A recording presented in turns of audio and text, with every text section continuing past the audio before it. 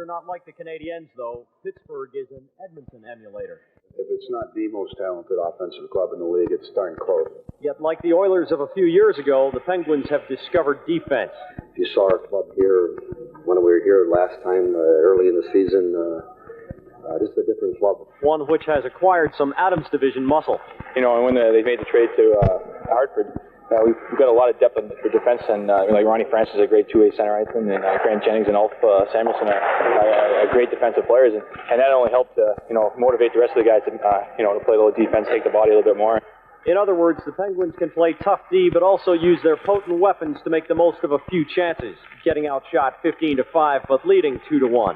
A familiar recipe. In the last 25-30 games of the season, we concentrate a lot more on our defense, and that's what wins championships. And we know that if we want to win the cup this year, we have to play well defensively. And I think we have enough offense to take care of itself. And we'll find out tonight starting at 7:30, and you can catch all the action, of course, live here on CBC. Well, Ricky Henderson's baseball life of crime has finally been rewarded. Today he became the all-time stolen base leader as he surpassed Lou Brock in a game against the Yankees in Oakland. Now, in his first time on the base pass, he was thrown out. But here in the fourth inning on second base, Harold Baines, a 1-0 count. Away he goes. Number 939 stolen bases in his career for Henderson. Holds the base aloft, as you can see, and then goes over on the third base line to receive congratulations. Everybody comes out of the stands. He gets a hug from the third base coach, from his mother, from his sister, from Lou Brock Jr., from the Oakland. Everybody was there, folks. Take my word for it. Even the guy in the green jacket there gets a hug. And Dave Stewart, who's been the friend of Ricky Henderson for years, also got in on the act. Ricky Henderson, the all-time stolen base leader with 939 steals. The Blue Jays in action tonight. Jimmy Key taking on Nolan Ryan down in Texas. And, of course, we'll have highlights on the CBC at 11. Over to hockey again. The Newmarket Saints will be moving to the Maritimes tomorrow. The question is where? Will it be Charlottetown or St. John's? We'll find out tomorrow, but Marvin Drisick has this preview. Scooter, the Saints mascot, will have to pack his halo and fly east for next season. The Maple Leafs Top Farm Club is moving out of Newmarket and into either Newfoundland or Prince Edward Island, probably St. John's. Newmarket decided not to bid for the return of the Saints, who have played there for the past 5 seasons. They weren't comfortable with being able to take over the business operations side of the team.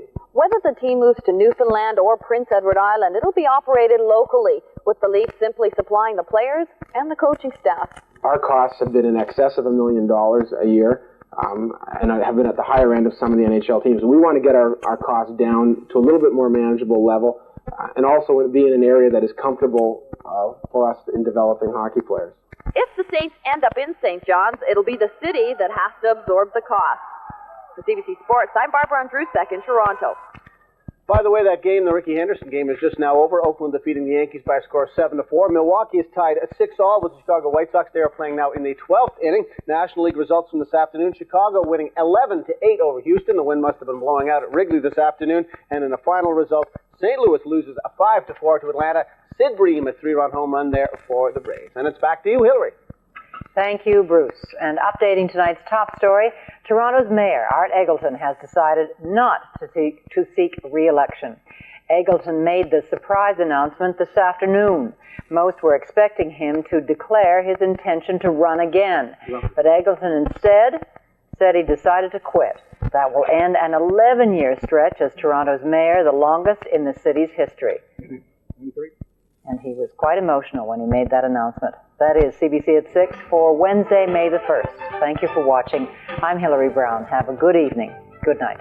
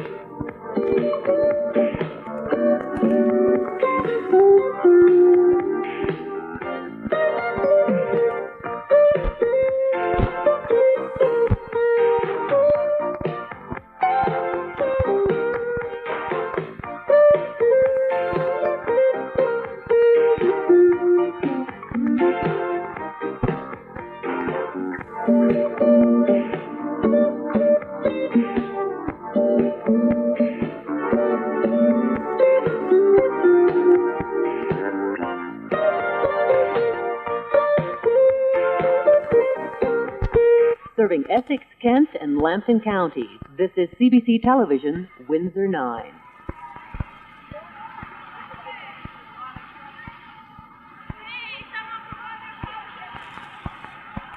This week in the Grapevine, we got the best defenseman in the National Hockey League, Montreal's Chris Chelios. Let's go. Nice. Oh, yeah.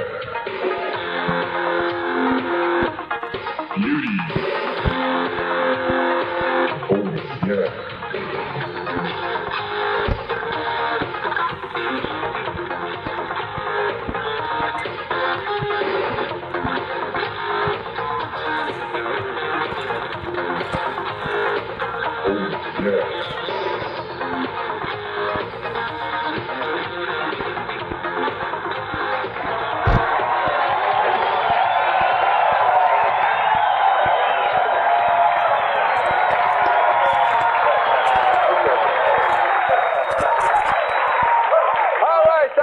That's great. Welcome to the Grapevine. And right here, Kevin Lowe of the Edmonton Oilers right there. And heartthrob of the St. Louis Blues right there. Peter Zelgoff from Scarborough. One of those tough guys. Do you ever get sick of that guys kidding you like that? Geez, I wish they'd kid me like that. Yeah, but they say that, I've got more hair, so it helps a little bit. Yeah, but I work at it. I stand back here like that. Now, I'll tell you, I got to ask you now, Karen Percy, and you're engaged and everything. Now, she's a Calgary fan. Who is she going to cheer for now? No. She's not a Calgary fan. She's been an Edmonton Oilers fan for a lot of years. Let's clarify that. Oh, well, that was in the paper. Well, we don't want to disrupt all the people that cheered for her and the Calgary people in the 1988 Olympics, but she is an Oilers fan. Her dad's from Edmonton. Oh, wow. Been an Oilers fan for a lot of years.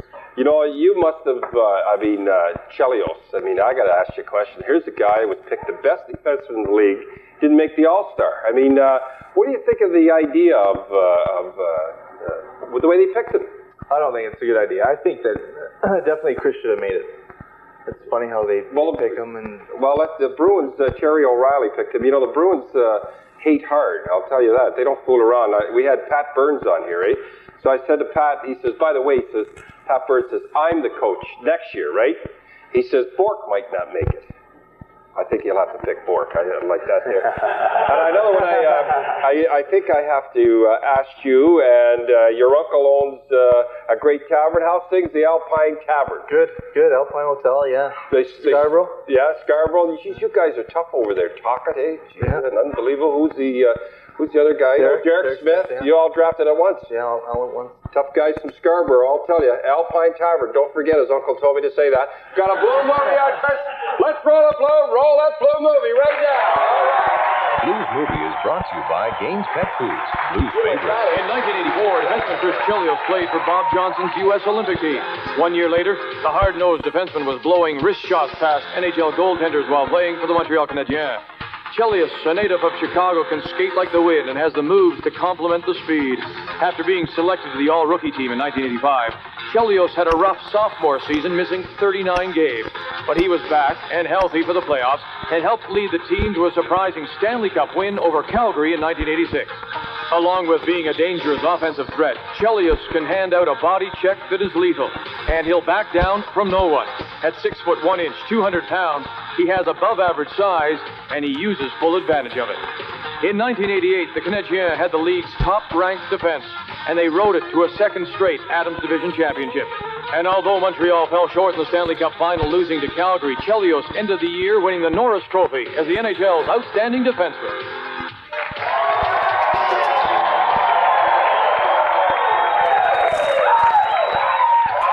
Blues Movie was brought to you by Gaines Pet Foods, Blues favorite. Whatever Gaines product you choose, you can be certain that all your pet's nutritional needs are being met.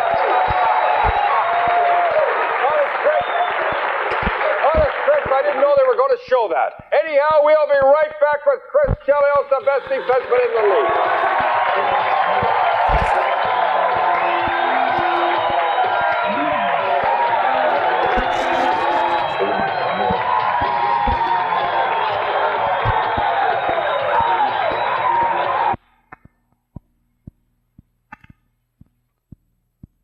Follow me.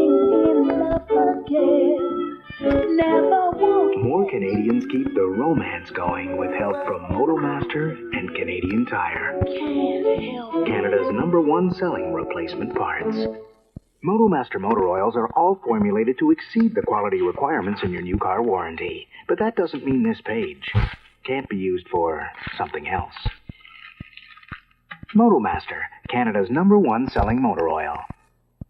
Hello, at my department store, this sectional is just $799, and we've been standing behind our furniture for 72 years. I'm going to lie down now.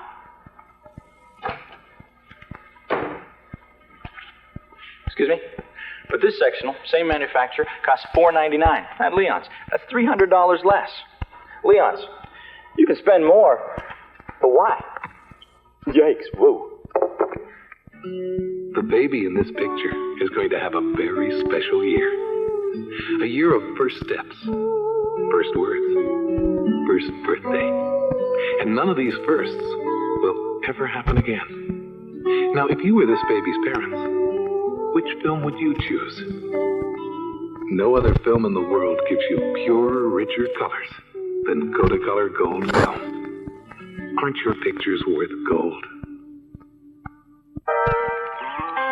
The trouble with Honey Nut Cornflakes is they're just too good to miss.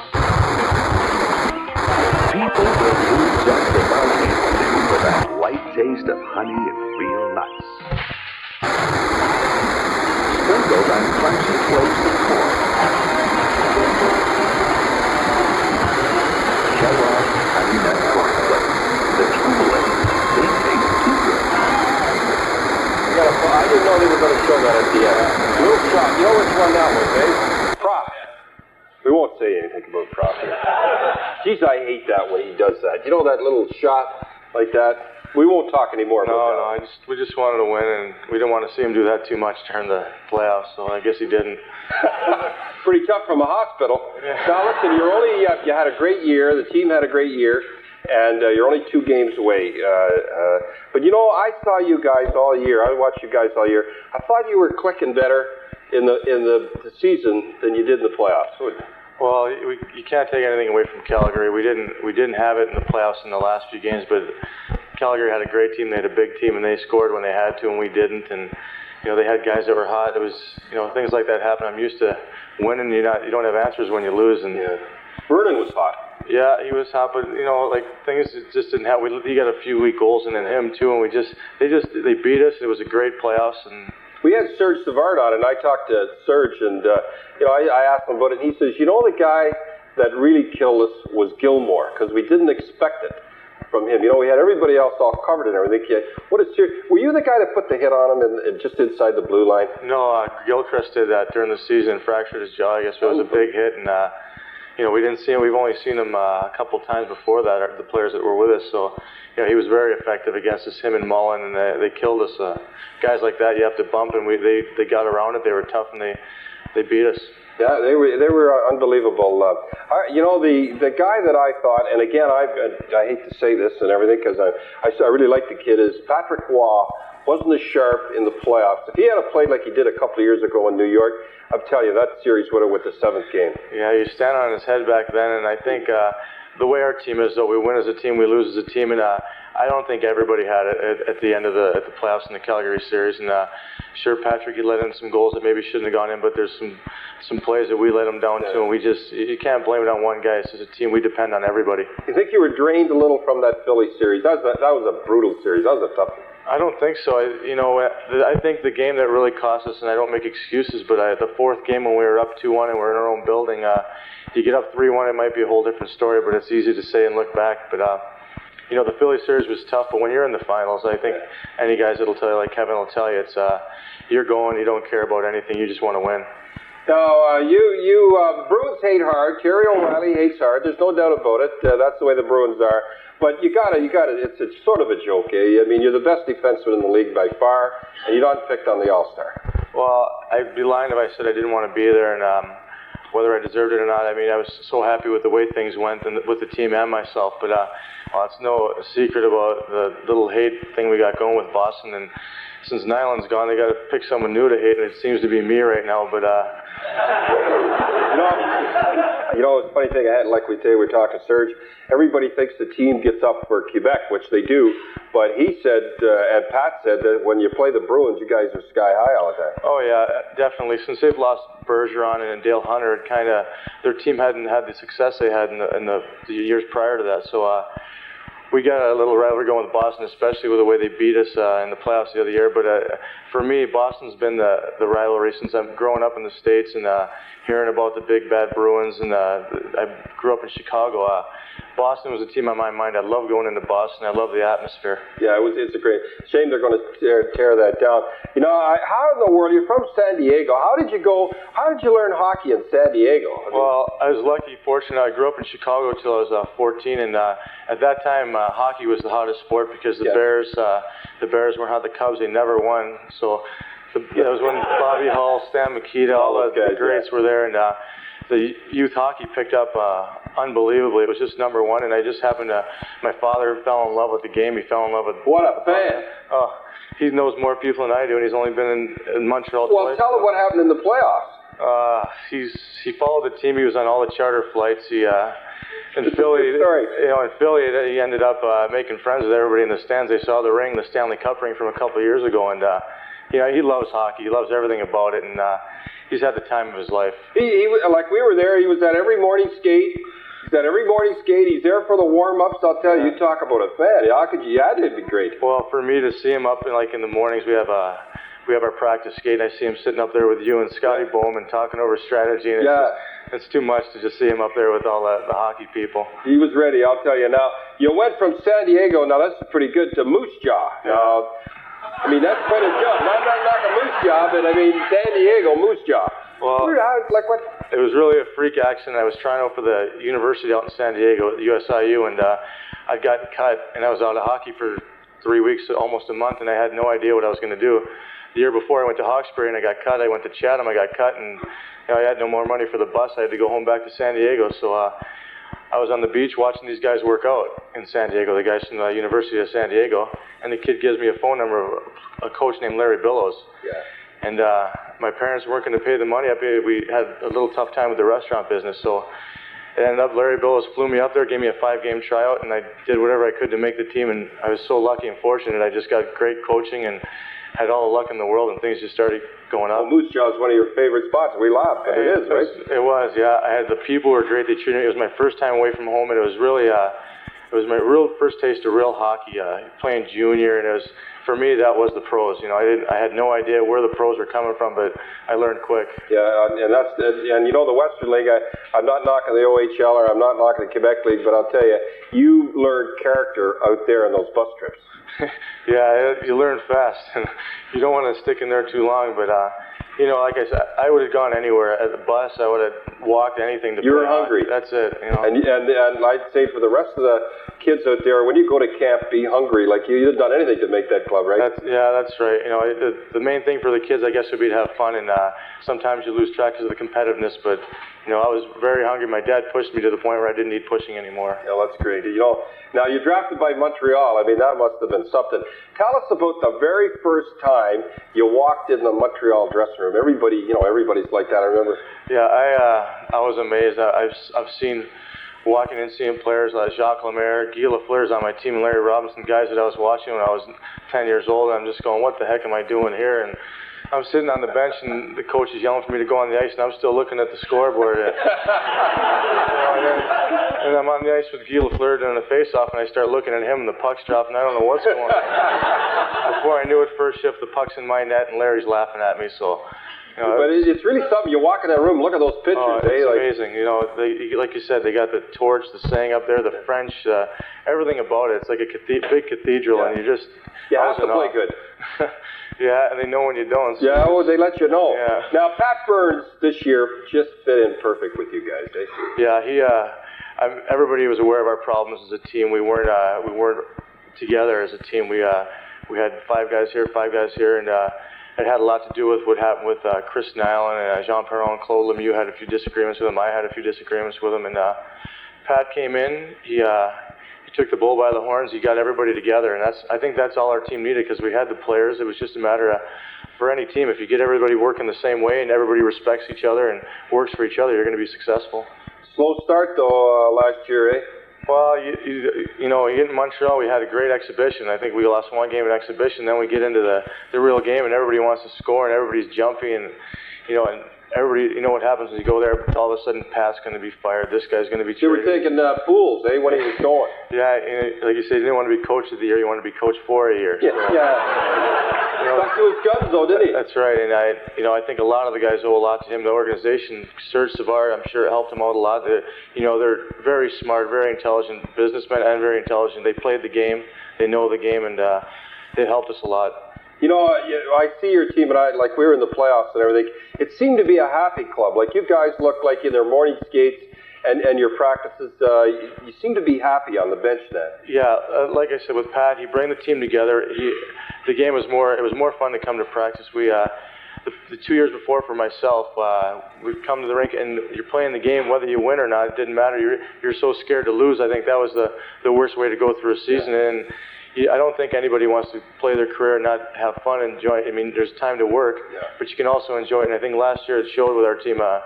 Usually we look a bunch of Russians on the bench, no one's smiling. Yeah. You know, it's just. Well, we got a little thing on the bench now. This is just a little clip. And this here one was showed in David Letterman, Johnny Carson, and everything. And describe here, Blue, you want to run that little clip here right now. Now, this you're sitting at the end here. Now, watch this.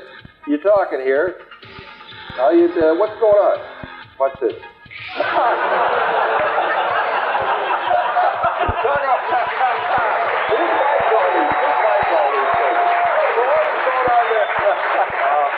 I think it's Minnesota or Washington's probably one of the worst rinks for me. I have tough times there. And in that case, I was benched. It was 2 years ago, and I'd been benched. And we're down, and I had to run 2 periods, and I didn't know what else to do. So the guy was bugging me, and he sits on the bench. He's right next to you, and I hate anybody bothering me. So yeah, I thought when you're there, you'd just been told you traded to Minnesota.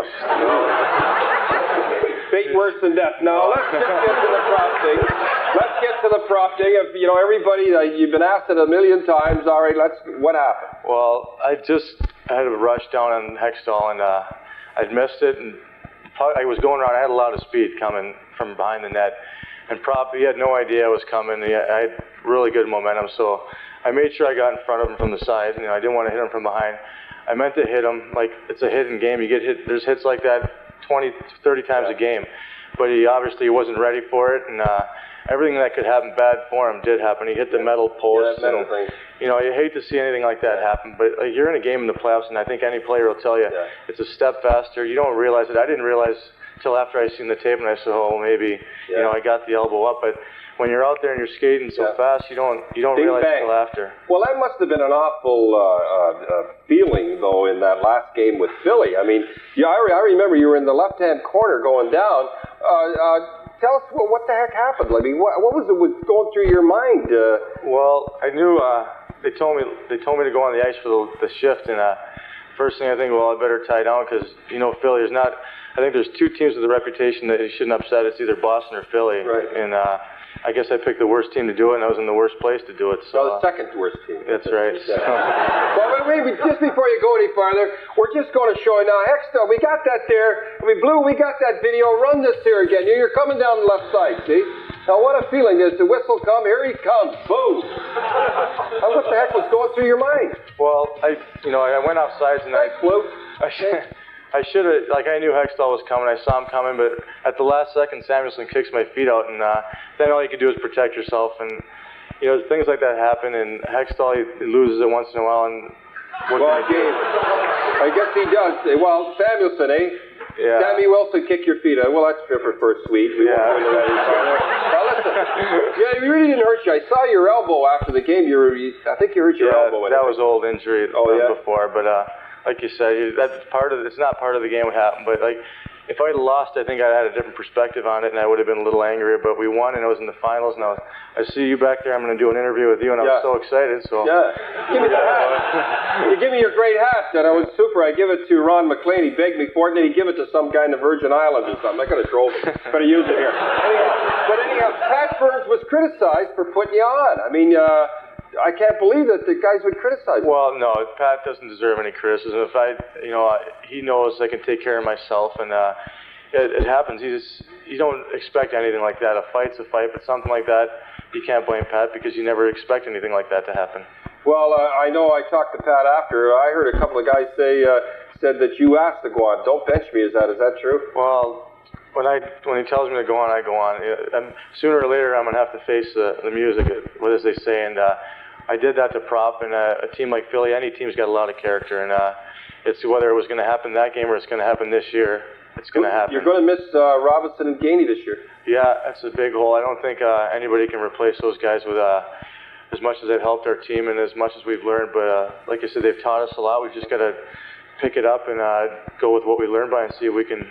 Well, Larry Robinson, I'll tell you, Larry Robinson was one of the greatest for 12 years, and, he got treated great. A lot of people say, well, why would he go to L.A.? Well, let's face it, a guy offers you $1.5 million U.S. in taxes. I mean, every guy has his price, even me. Okay, Chris Boyd, put her there. We're going over to the bar. Okay, keep away. Best defense in the league, right here. Keep away.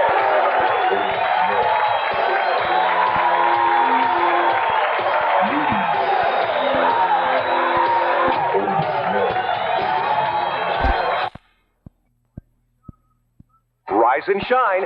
Starting this Wednesday, it's Zeller's eye-opening half-price sale on decorator-colored mini blinds. There's no need to horse around or go fishing elsewhere. This is the mini blind sale with a wide range of sizes you've been looking for. Because half-price sales on mini blinds don't cross the road every day. They only seem to bloom at Zeller's. This week you can have your pie, your mini blinds, and your free valuable Club Dead points too. So duck into Zeller's.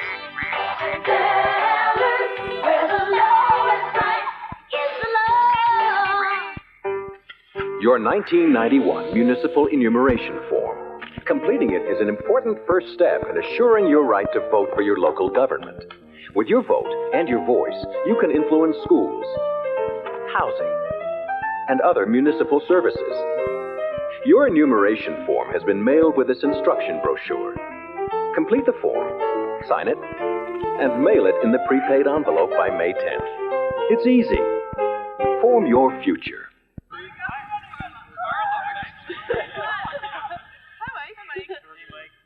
You know, I really don't get the big deal about drinking and drugs. It's like a lot of people don't give us any credit. Just because we're young, it doesn't mean we're stupid. I know what I want and what matters to me, and I'm not going to risk blowing it. It doesn't mean I'll never drink. It just means I'll be smart about it.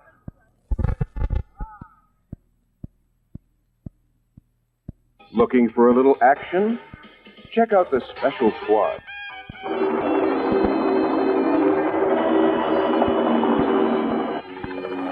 The money goes out that door. When it goes, we say goodbye to an easy ride forever. It seems we'll be on the move again very shortly. I'm going to spend the rest of my life scrounging for money. Putting the pieces of the puzzle together is what good police work is all about. Tune in the Special Squad, Tuesday, Wednesday, and Thursday at midnight.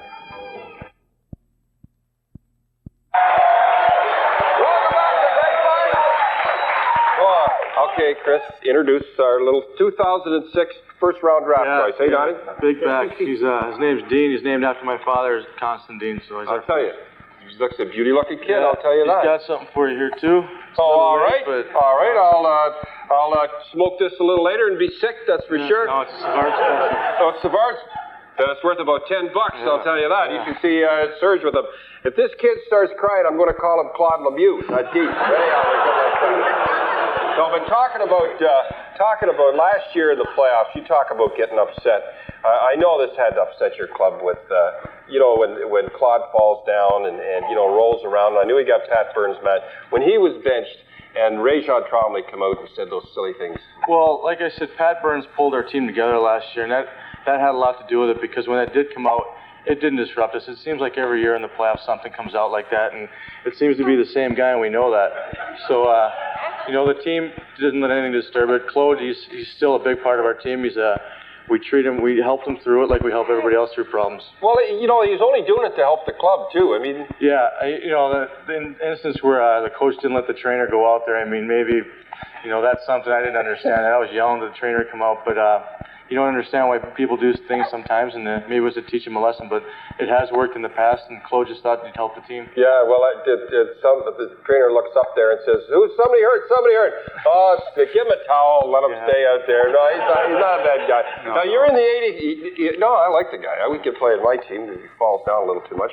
But 1984, you were in the Olympics in 1984. Yeah, we had a young team.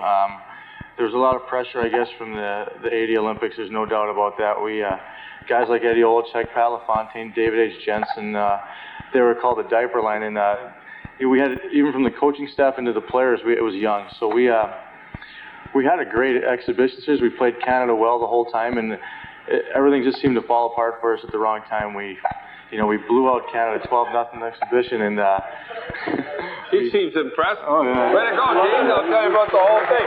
But what happened was that, like the television, you could hear it was pumped up. The whole states were watching. Oh, they treated us unbelievably the whole year, and they made us feel like a three-ring circus. We felt like everybody was watching this, and myself, I don't really have problems with that. But when it came time for the game, and even over in Sarajevo, I think a lot of the guys felt it. And we lost that first game to Canada. It was just, everybody was stunned. We didn't expect it. And well, we were happy about that. Well, I'm sure you were. I mean, well, Canada's proved they're the top. That's their sport. Hockey, they're the best. So, they prove it during the Canada Cup, and they come out with the best players. I've asked just about every guy that's on here. I've asked, what do you think of fisticuffs or fighting? I say fisticuffs for the sweethearts out there, don't get banned. But what do you think about it in the game? Well, I agree with what Kevin said. It's part of the game, and until they take it out, it's always going to be a part of the game. I think it takes away a lot from the stick work, because if I think the fighting's out, the stick work might come into use. So, it's been there, it's going to be there, and until they take it out, I think, it's hockey. You're going to be here a long time, too, and Dean, we'll see you in 2006. First round draft choice for the Boston Bruins. Put it there, Chris. All right. Take the blow. Okay, Blow, you ready? Take us home, Blow. Take us home.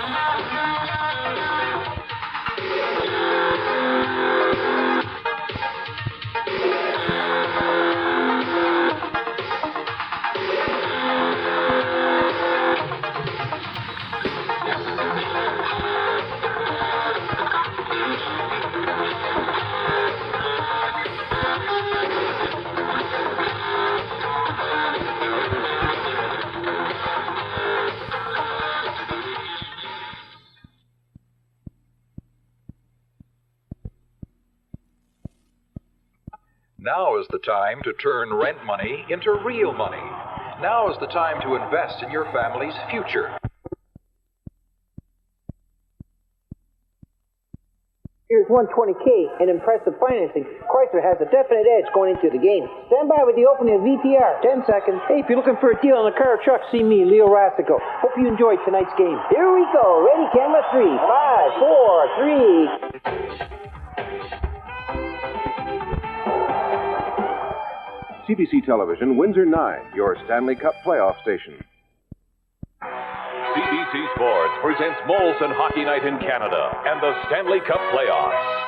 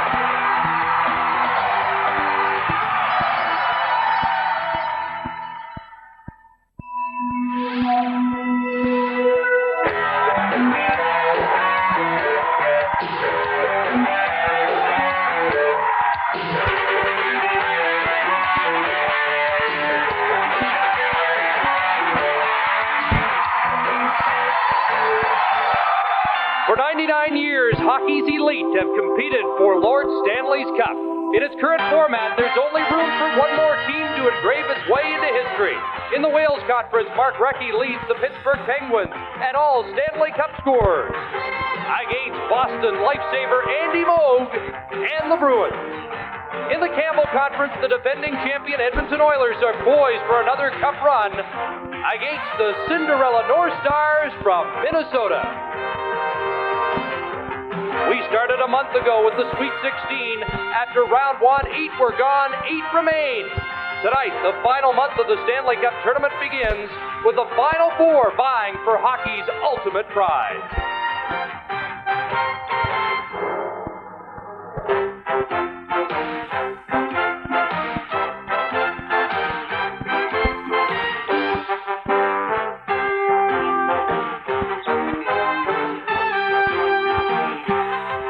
Molson Hockey Night in Canada on CBC. Tonight's telecast is brought to you by Molson Canadian, what beer's all about.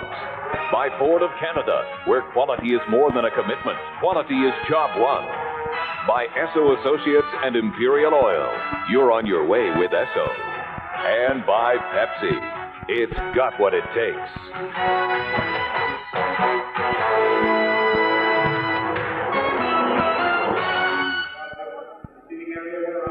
It's an historic May Day for the Pittsburgh Penguins. For the first time in franchise history, the Pens will skate in May and in a conference championship against the Boston Bruins, here for the third time in the last 4 years.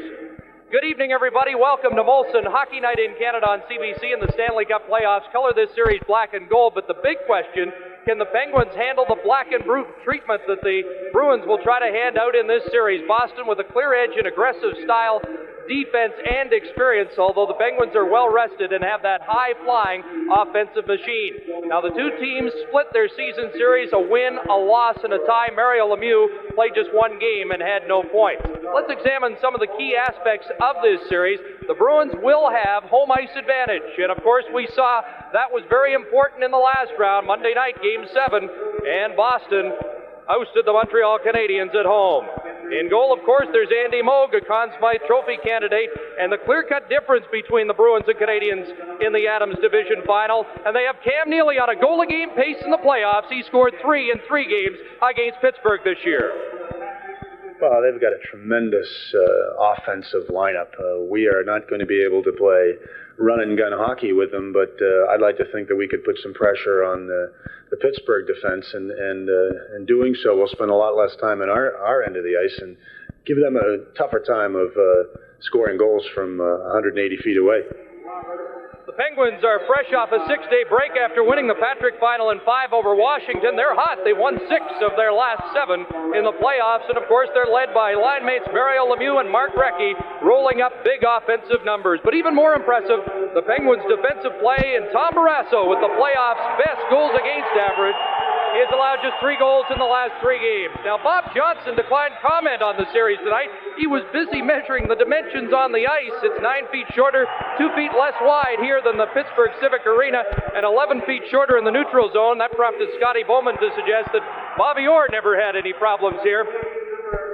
Well, I wonder if Don Cherry ever did that before such a key game. It did seem to loosen the Penguins up. Many of the players came out of the dressing room to watch their coach, and they all had smiles on their faces. Interesting, this is the 3rd meeting in the playoffs between these two teams. 1979, the Bruins won 4 games to 1. Mike Milbury had the game-winning goal in the first game of that series. The next year it was a first-round series. Boston won 3 games to 1. Pittsburgh won the opener, though, and the winning goal was scored by Mark Johnson. His dad will be behind the Pittsburgh bench tonight. It's an all-American coaching matchup here. Right now we're going upstairs to an all-Canadian duo of Dick Irvin and John Garrett. Well, thank you, Chris. And John, it seems like only yesterday that you and I were standing in the same spot. It was the day before yesterday, actually, when the Canadiens were eliminated by the Bruins, who are the home team again tonight. But I think, John, really, when you look at the overall aspect of both clubs, they're playing a different type of hockey team here in the Boston Garden this evening. They are, but they have to do some of the same things they did against the Montreal Canadiens. In games 1, 5, and 7 here against the Montreal Canadiens, they were really strong. and they played that way, and I think they're going to have to do that again tonight. Okay, the Penguins come in here on a bit of an offensive roll, but that's really no surprise as far as they're concerned. And they're well rested. I think the Bruins, it'll be a little anticlimactic after that dramatic 7th game win, especially here in Game 1. All right, let's take a look now at what the Boston Bruins have to do, in John's opinion, to do the job. Well, they have to forecheck the Penguins, keep them bottled up in their own zone. They need some production from key forwards other than Craig Janney and Cam Neely. Dave Christian got a big goal in Game 7. They have to get goals from some other people. And Ray Bourque cannot continue to play 40 to 50 minutes a game and not look tired. He did look tired in Game 7 in the Montreal series. All right, John, what about the Penguins now as they come on the ice here at the Boston Garden for tonight's game? Well, the Penguins, they have to carry some of the play, but their key is Tom Barrasso. And over his career, he's been a little inconsistent. He's a streaky goaltender. The Penguins are hoping he can run it right through the playoffs. In their defensive zone, they've been bad up until the big trade with Hartford. Now they're a little better. They have to continue playing well in their own zone. And the Bruins will come out hitting. The Penguins know that. I don't know whether physically the Penguins can handle the tough sledding it's going to be here against the Boston Bruins. Well, certainly one fellow who we will all be watching, and so will the Boston Bruins, is Mario Lemieux, who because of his injury and his very shortened season, John, has kind of been in the background a bit compared to other times in his great NHL career. But apparently, according to our Penguin spies, he's been playing pretty well. Well, you got a little bit of a rest here, too. Eliminating the Capitals in 5 has really helped Mario Lemieux. But here in this small building, it's going to be easier for the Bruins to watch Lemieux. It'd be interesting to see if they put a shadow on him, like a Ron Hoover or somebody like that, just to follow Mario around. Here come the Bruins.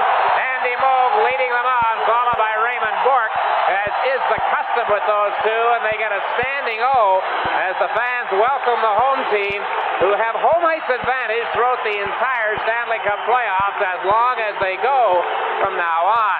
One thing that Andy Moog did was, of course, play better than his counterpart, just enough to tip the scales perhaps in the series with Montreal. But I think here tonight, John, and in this series, he's going to be facing a team that has better snipers, better shooters, better goal scorers.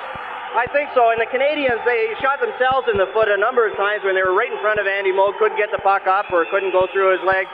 Cam Neely, another key for the Boston Bruins. And I don't know whether Cam Neely will get any special attention from the Penguins or not. That'll be interesting to see. You know, the Pittsburgh people say they are concerned about the tempo of the game. They want to put it up. They want a fast tempo. They want to try to keep it open as best they can to get away from that clinging type checking of the Bruins. I don't know if they'll be able to do that in this 191-foot Boston Garden.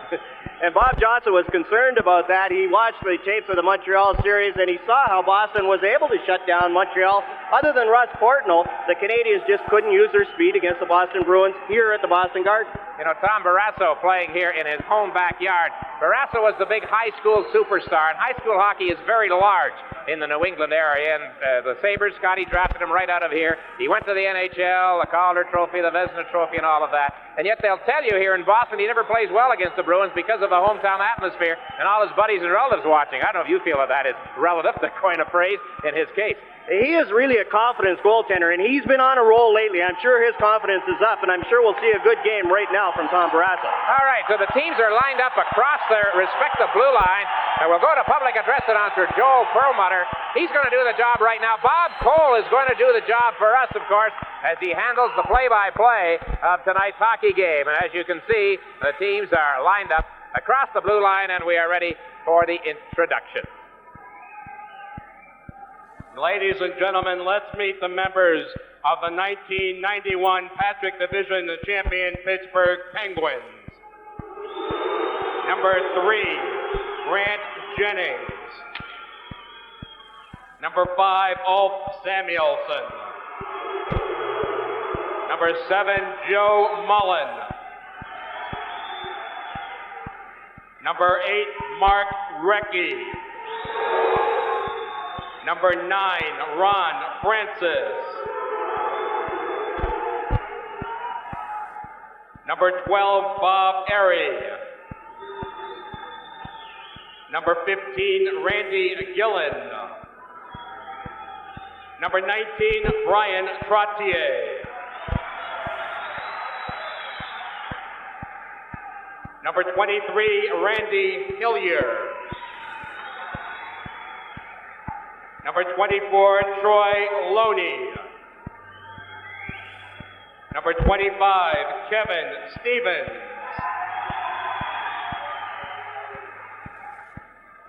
Number 28, Gordy Roberts. Number 29, Phil Bork. Number 32, Peter Taglianetti. Number 34, Scott Young. Number 35, Tom Barrasso. Number 40, Frank Pietrangelo. Number 55, Larry Murphy. Number 66, Mario Lemieux.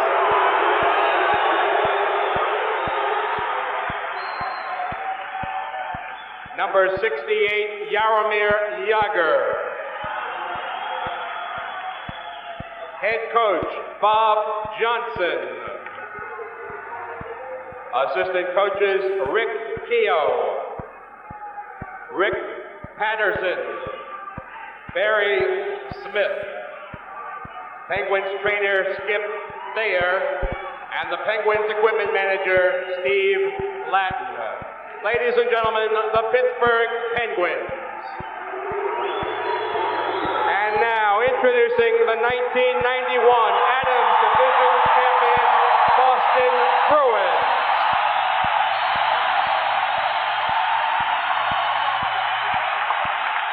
Number 1, Reggie Lemelin.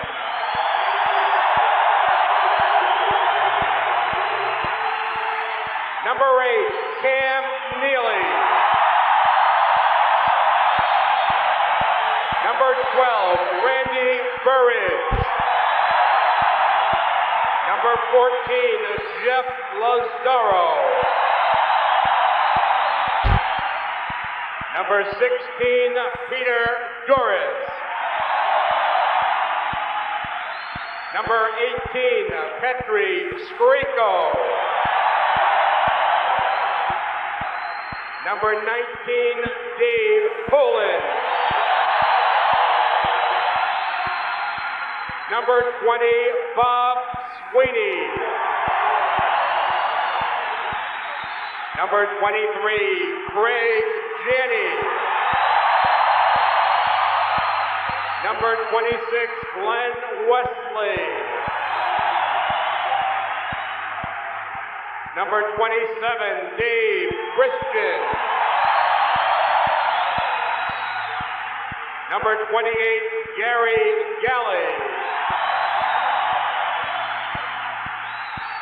Number 30, Chris Nyland. Number 32, Don Sweeney. Number 35, Andy Moe.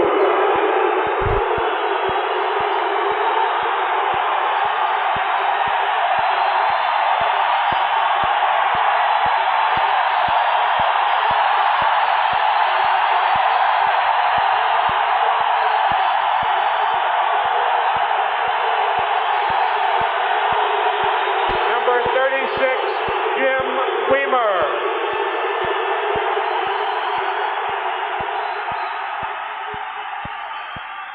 Number 38, Vladimir Rosichka.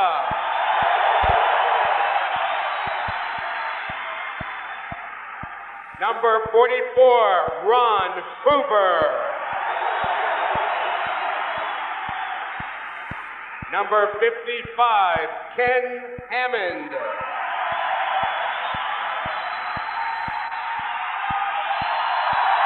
Number 77, Captain Ray Fort.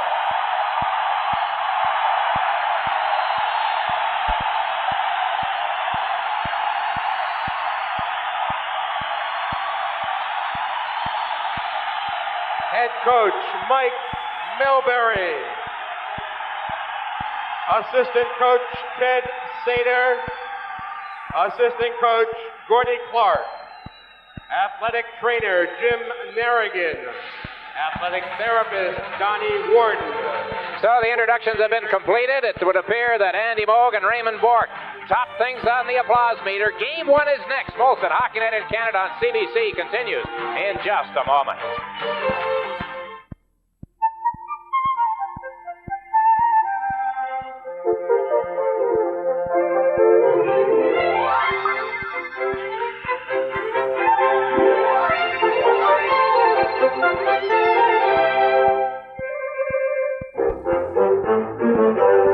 There are 4 Ghostbusters bike accessories popping up at McDonald's. A different one every week for 59 cents each.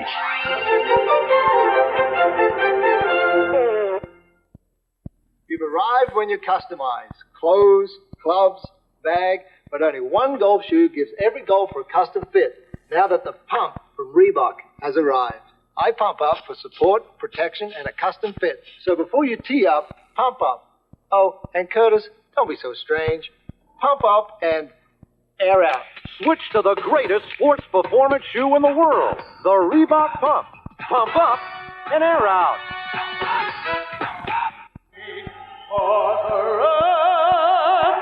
We watch, we're so gallantly streaming, and the rockets glare upon bursting in air, gave proof through the night that our flag was still there.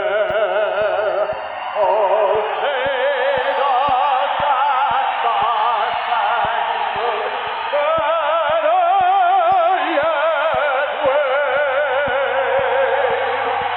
Oh, the land of the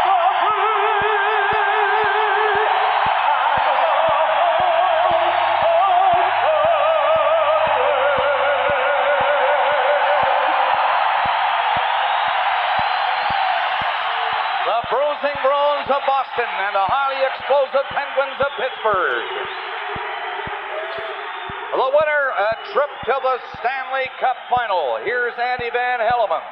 The referee tonight, Gord Brosiker and Kevin Collins, will be on the line. Tom Barrasso has allowed just 1 goal in each of his last 3 games in these playoffs. His goals against average is the best in the playoffs, 2.46. Yes, he's hot and on a roll. One of the big reasons the Bruins are here, of course, the goaltending of Andy Moog. He's played every minute of the Bruins, 13 games, and his goals against average, not too shabby either, 2.56. Mike Milbury really has a task to get his team back up to play these Pittsburgh Penguins. After they beat Montreal out in Game 7, it was like they'd won the Stanley Cup. The reporters were all over them, and they were on such a high that now it's up to Milbury to get his team going. For Bob Johnson, it's to get his team to play well in the Boston Garden, something that they've had trouble doing over the years, and something that a free-skating, highly talented offensive team like the Pittsburgh Penguins sometimes has trouble doing in a smaller rink. Lemieux, Recchi, and Bork starting up front for Pittsburgh. Burridge, Sweeney, and Duras for Boston. Bork and Wesley are the Bruins defensemen. Murphy and Roberts on the defense for Pittsburgh, and it's going to be number 55, Murphy, getting back. He wasted a little time clearing it out. Phil Bork, 29. Shot deflected by Wesley. Into the crowd. The Pittsburgh Penguins had a lot of hockey players skating this morning in their practice, including the man whose name you see at the top of the list, Paul Coffey. Watching him skate was worth the price of admission. I mean, he was just beautiful, but the broken jaws keeping Coffey out of the lineup. The rest of them are the extras. A bit of a surprise, Yuri Hurtida is not in the lineup. He's played in 10 playoff games. For the Boston Bruins, same lineup as won Game 7, other than Ken Hodge, who was hurt with a sore shoulder. They say he's day-to-day, but I'd be surprised if he gets back in this series. A lot of talk around the National Hockey League about these Pittsburgh Penguins. And what a great month of May coming up for Pittsburgh. The fact that they're here for the first time is something in Steeltown. A lot of people wondering what the Bruins would do re-checking Mario. Well, Bob Sweeney took the opening face-off, and I noticed that Even when Mario didn't have the puck and wasn't involved in the play, he just went wherever Mario went. So we'll keep our eye on that one. This is one of their face-offs. Sweeney just hangs on. He's not too interested. He's big enough, you don't have to lose him out there. And there he goes. Bob Sweeney is one of the few Bruins that is big enough to watch Mario Lemieux, and you can see Sweeney there is following Lemieux around the ice. Now Janney, Neely, and Ruzicka. For Boston, Neely is knocked down. Stevens for the Penguins gets it up there for Joey Mullen. Here's a shot at another great shot right off the bat, stopped by Andy Moog. And Moog is serving notice that he is still hot. That was a good shot to the top corner. What a glove. A nice play by Joey Mullen back to Ole Samuelson, and the Penguins are going to have to do this, get their defensemen involved. Look at Samuelson jump up into the play, top of the circles, let it go, and there's Andy Moog with that quick left hand on his feet. He's able to corral it and control the rebound. Ron Francis is number 9 as Andy Moog gets ready to face off to his right. Joe Mullen, number 7 to the right. Comes back to Samuelson again. A screen shot. That hit Neely on the shins. Knocked into the corner by Sweeney. Bad pass, though. Stopped by Mullen. Here's Bork coming in. Bork trying to pass one out front. He's around it, and now he centers it. They score! The shot by Mullen, and Pittsburgh jumps out to a 1-0 lead. The other Bork showing his talents. Look at the patience Phil Bork shows. He doesn't just pound it at the net. He knows how hot Andy Moog is. Look at there. He could have shot. Waited. Got Galley to fall down. Sets up Joey Mullen. And look at Mullen fight through his check to let that shot go. Phil Bork, look at Mullen. He's hollering for it, and gets it from Bork. And just pounds it through Andy Moog, right through Don Sweeney. Moog didn't see it until it was in the net. Only the second shot on goal for the Penguins. Mullen scores at 1:05. And a great play by Phil Bork. So first blood, Pittsburgh. And they're moving up again, led by number 66, Mario Lemieux, into the side. Comes back to him. Tried to center it on the backhand. Not much on it. Here's Lemieux back to the goal. He centered it again. Hit the side of the net with that centering pass, however. Recchi trying to dump it out front. Mario again has a stick in the face. I think it's Bob Sweeney's stick, and Lemieux is hurt. There will be a Boston penalty. Is it a minor or a major? We'll know in a moment. Sweeney, I think, will be the Boston player who will go off. It's more than beautiful design and superb handling that have made Ford Taurus the standard by which other wagons are judged.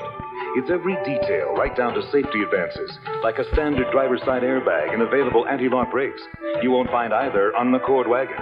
You see, we believe that everything we put into Taurus wagon should demonstrate our concern for everything you put into Taurus wagon. For a limited time, get 8.9% financing on Canada's best-selling wagon. The Mario Lemieux, Bob Sweeney matchup in the spotlight right off the bat here. And after the early Pittsburgh goal, there's an early Boston penalty, John. He gets 2 minutes for high sticking. Positioning is such a key. Now look at Lemieux has position on Bob Sweeney, and Bob Sweeney has to reach around from behind. And that's why he gets his stick up on Lemieux. He's lucky he didn't get 5 minutes for that. It is a minor penalty to Bob Sweeney of Boston. 1-0 Pittsburgh. The goal by Mullen from Phil Bork at 1:05. Now they have the power play working. Murphy, number 55, stopped it out the line. Long shot is tipped in front.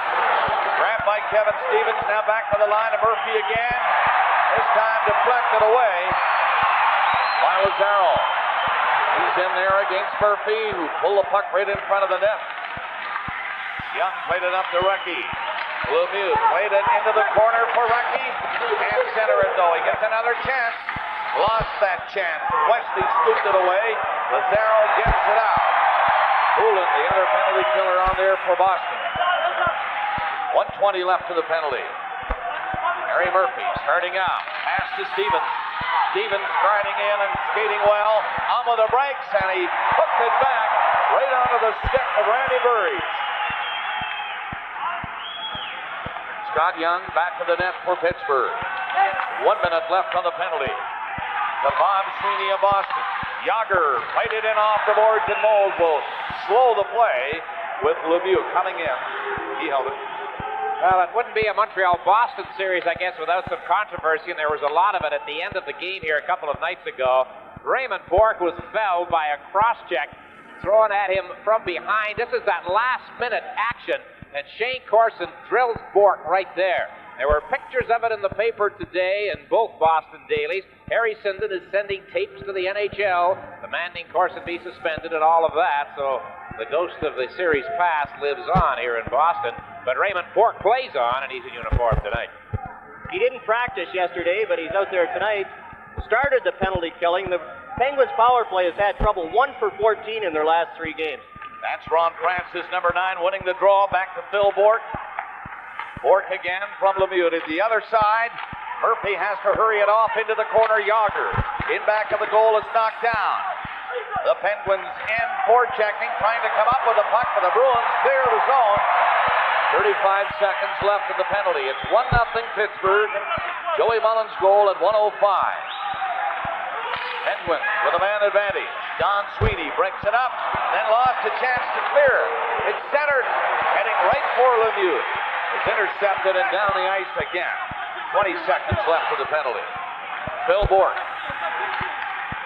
starts to his own line. Being watched by Burridge. Got it by Christian. Into the corner it goes, and Yager back there with Francis. Yager kicked it loose. Mariel left it in the corner. Yager trying to backhand a pass in front of Francis, who was uncovered, and the Bruins get it out. Penalty is over. There's Bob Sweeney on the ice. Puck tipped by Yager in the center ice area. Moved up across center, backs up, saw a hit coming. Penguins are on it. They're really taking it to the Bruins. A long, high shot from outside the line by Scott Young is gloved by Moog. Shots are 3-0 for Pittsburgh. They have the only goal.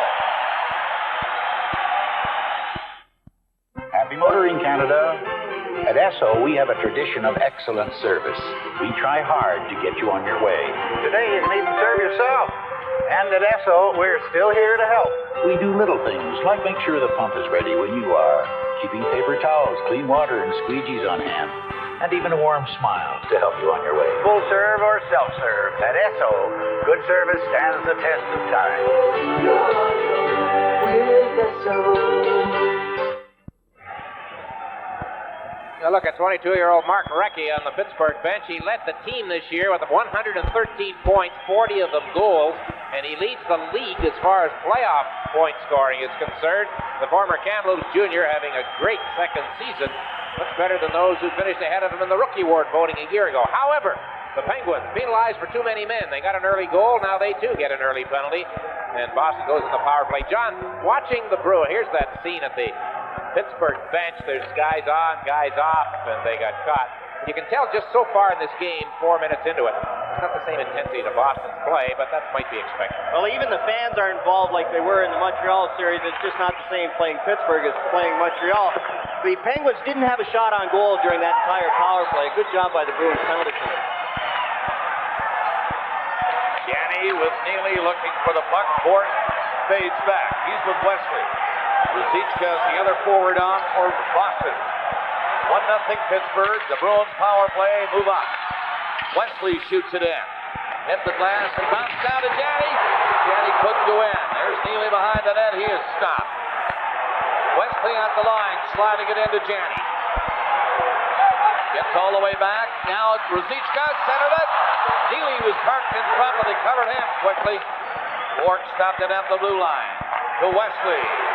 Gillen couldn't take it away from him. Neely back in the net, dumped it out to the line. Wesley's shot is blocked. Gillen falling in front of it. There's Wesley again. Ruzicka on the other side. Back to Bourque. Bourque banned on the shot. And the Penguins get it out and down the ice. Scott Young cleared it. 50 seconds left for the penalty. Not a shot on Barrasso yet. And they're nearing the 6-minute mark of the opening period. Neely dropped it back. That's broken up. However, kept in. Johnny, right in. Scores! Johnny!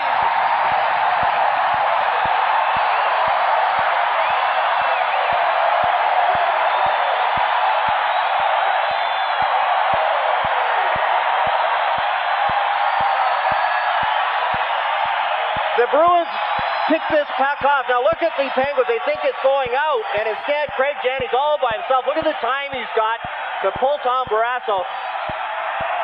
And watch Janney.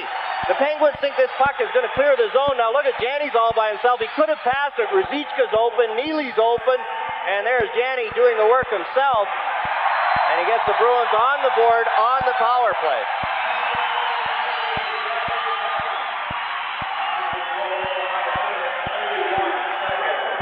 .31.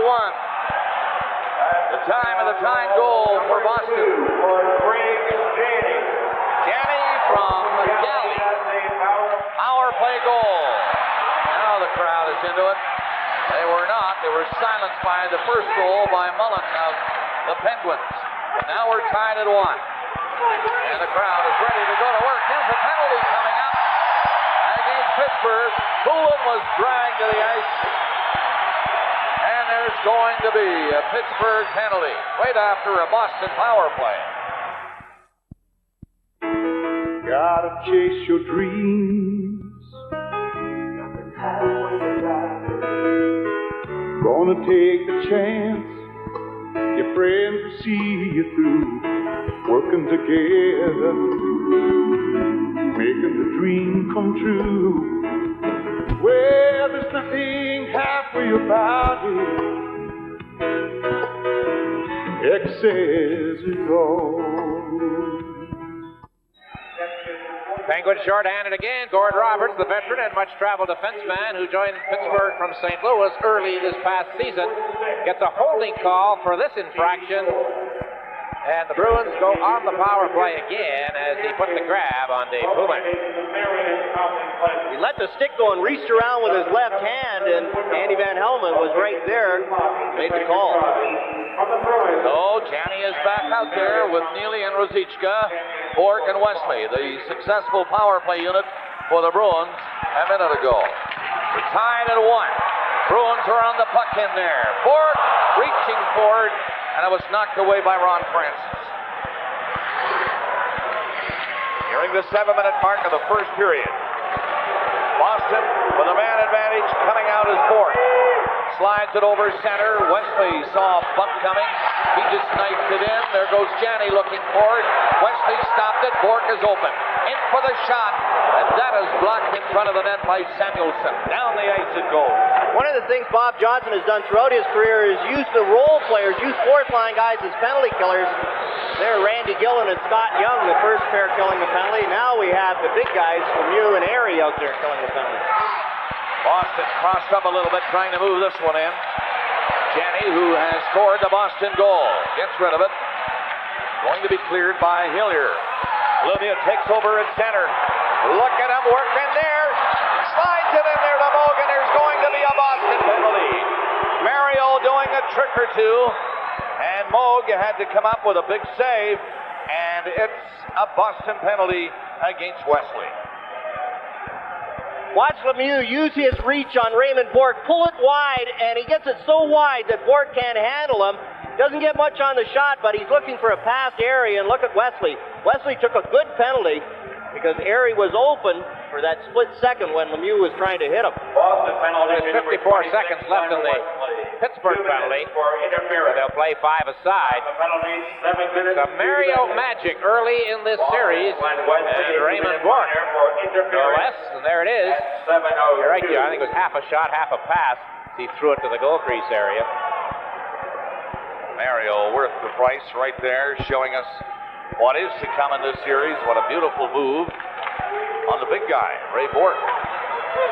Shot from the blue line, hit Moog right in the chest. I don't think he saw it. Bounced in back of the net. It's Samuelson at the line, feeding it back into the slot to Yager. Yager's another dandy, just a youngster. but started him down the road for this number 68, and here he is with the puck. Nice pass. Turning around Trottier, but he put it back where Bob Sweeney brought it out. Sweeney for Boston. In over the line and dropped it. What's going in? High shot. Sweeney had a great chance. The pass was dropped back to him. Don Sweeney breaking right for the net. Brian Trottier on the ice. This is Trottier's 15th appearance in the Stanley Cup playoffs, and he was on the ice with Yeager, who turned 19 years of age in February. Trotz in his first year, other than with the New York Islanders, dramatically perhaps, his last goal as an Islander was the 500th of his career. Played 52 games this year, but has been a pretty valuable guy at certain spots in the playoffs, John. Much like Larry Robinson with the LA Kings, the younger players go to Brian Trottier for advice, and it's much easier taking it from a player than it is from coaches. Usually players tend to take a little bit of what they're told by coaches with a grain of salt, saying, well, what have you done lately? The score is tied at 1. Nearing the 8-minute mark of the first period. Boston moving up ice. Here's Lazaro driving in. Find the backhander deflected by Phil Bourque of Pittsburgh. Penguins are at full strength now. They have the man advantage for another 55 seconds. Recchi up over the line with Murphy getting the pass. Back into the corner and now to Murphy again. A long shot. Stopped by Bourque, and Moog taking no chances. Put his glove on it. He saw Kevin Stevens right there, number 25, so he smothered it. Funny to hear the Penguins talk. Mario Lemieux was pulling for the Canadiens because he wanted to play in his hometown. Kevin Stevens was pulling for the Bruins to win the series because he wanted to play in his hometown. He's from Brockton, Mass. And there's Yager getting some equipment adjustment at the Pittsburgh bench. Please go to customer service in the East Lobby. Donald Des Moines, please go to customer service. Recchi ready. He's number 8 and on this face-off against Dave Poulin of Boston. Recchi wins it. Pops on the puck and skates away from Galley. Back to Phil Bourque. Takes the shot and gave it to Mario. In front of Con, they score! What a beautiful passing play. And Pittsburgh's Kevin Stevens, left alone to the right of Moog, gives the Penguins a 2-1 lead. Well, if his friends and relatives are in the crowd, he got a goal for them. And as Bob mentioned, John, boy, that was just a great bit of tic-tac-toe on the part of Pittsburgh. Phil Bourque starts it, but then watch Lemieux, Recchi, and Stevens combine here. The three most talented guys in the Penguins bang to Recchi, over to Stevens, up top, over Andy Moog. And something the Montreal Canadiens were unable to do, make those pretty passes. The Penguins do it here. Lemieux, Recchi, and Stevens combine.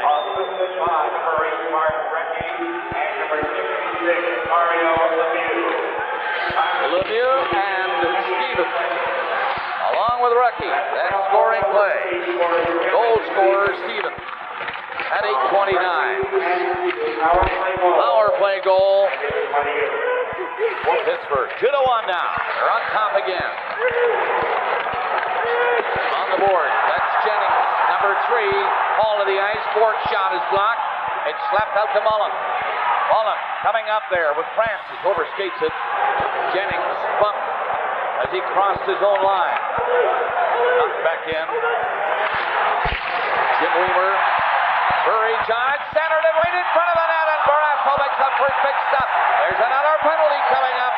And it's going to be against Randy Hillier of the Pittsburgh Penguins. He decked the man right in front of the goal.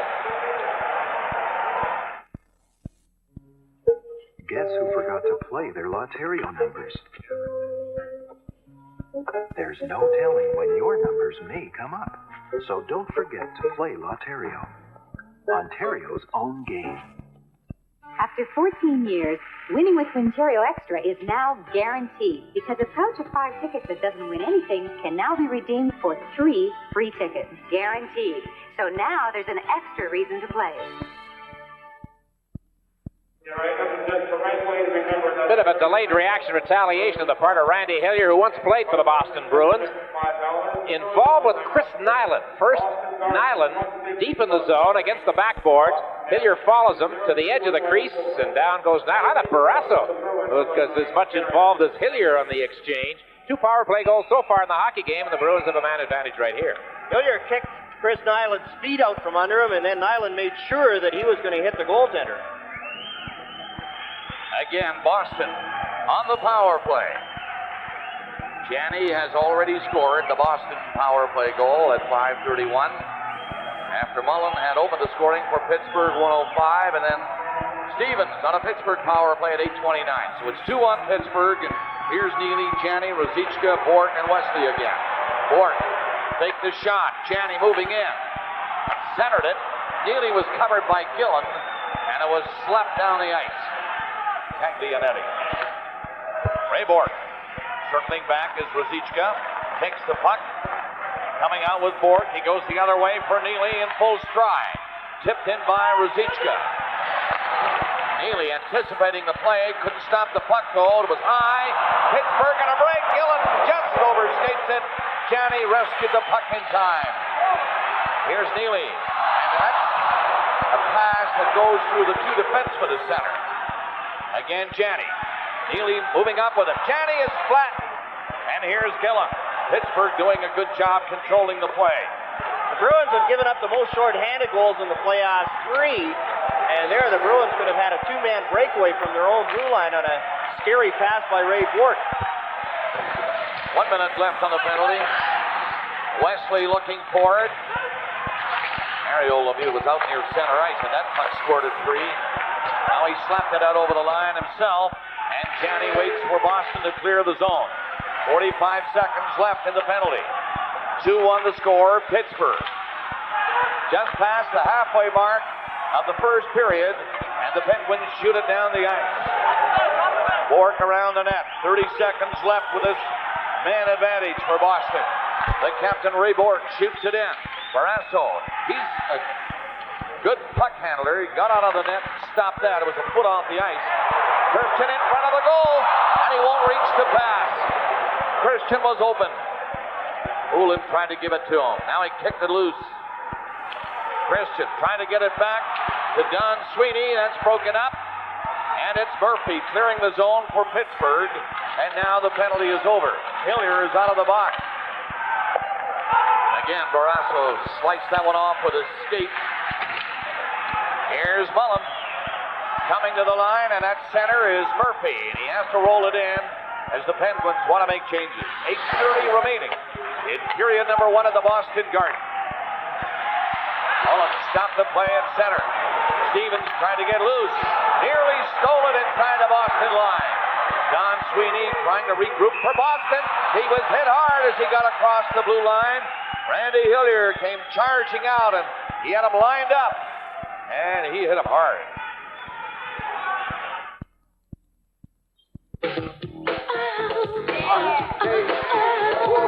Rock and roll is okay, but I prefer rap. Awesome. Wait a second. Shady Acres was supposed to get the Coke, and the frat house was supposed to get the Pepsi. Coke, Pepsi, what's the difference? I-24.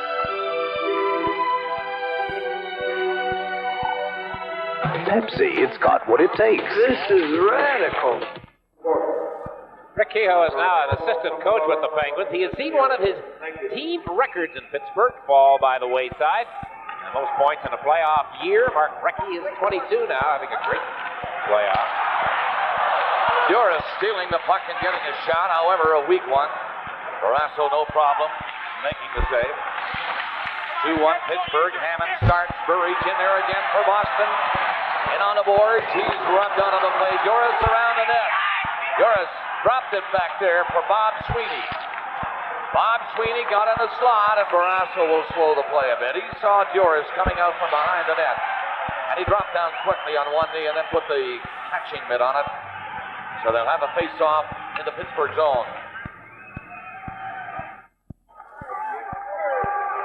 Hey, you guys hear about Goodyear's big Grand Slam tire sale? 4 tires for the price of 3. 4 for the price of 3? Why didn't you tell me? I did. You did not. I told you, but you did never not tell me about you it. Don't. I never heard a word I say. What? Did you hear that? 4 tires for the price of 3? Yep. Deals like that don't come along every day. Let me see here. 4, carry the 3. Wow, that's a good deal. The Goodyear Grand Slam Tire Sale. 4 for the price of 3 on selected tires and many other great values. Got to get to Goodyear, go down here, turn right. Now. 7:50 left in the period. It's 2-1 Pittsburgh. Troy Loney flip one to center, try to hit Gillen with the pass. Hammond shoots it back in for Boston. Loney, number 24, on the boards for Pittsburgh. Nyland stole it and then lost it. Taglianetti for Loney. He's out with Gillen. Taglianetti moving up on the play, and he shoots it into the Boston zone. Here comes Trottier. Trottier getting away from a hit thrown by Hammond. Lazaro deep in his own zone. He's forced to go behind the net. Yager in there for Pittsburgh. Can't find it. It comes out to center ice. Taglianetti. Samuelson, the defenseman. Yager, a good move and a good pass. Loney goes in. Here's Yager. He hangs on to it. Now the shot. A hard one grabbed by Moog. And the crowd gathers. Troy Loney started all this when he ran into Andy Moog. And the Bruins rookie, Jeff Lazaro, seemed to be the most vigorous as they ganged up on the Pippe effort. Oh. And Ryan Trottier right in there, the old spirit of the New York Islanders and all those Stanley Cups. He knows what it takes. And there's Trottier trying to get at Lazaro over top of Hoover. Yager starting that play, and he looks super doing it. Ford and Mercury dealers are taking care of business with low 8.9% financing on Escort, Ford Taurus, Mercury Sable, Ranger, F-Series, Mercury Tracer, Thunderbird, Cougar, Aerostar, Ford Tempo, Mercury Topaz, and more. We're not only taking care of business, we're also taking care of you.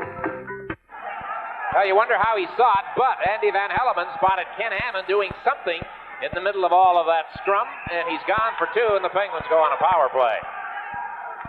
Watch this play by Yager through the maze, and look at Troy Loney. Now, it was up in the air for a second, so he took a whack at the puck. Missed hit Andy Moog, and there's Hammond.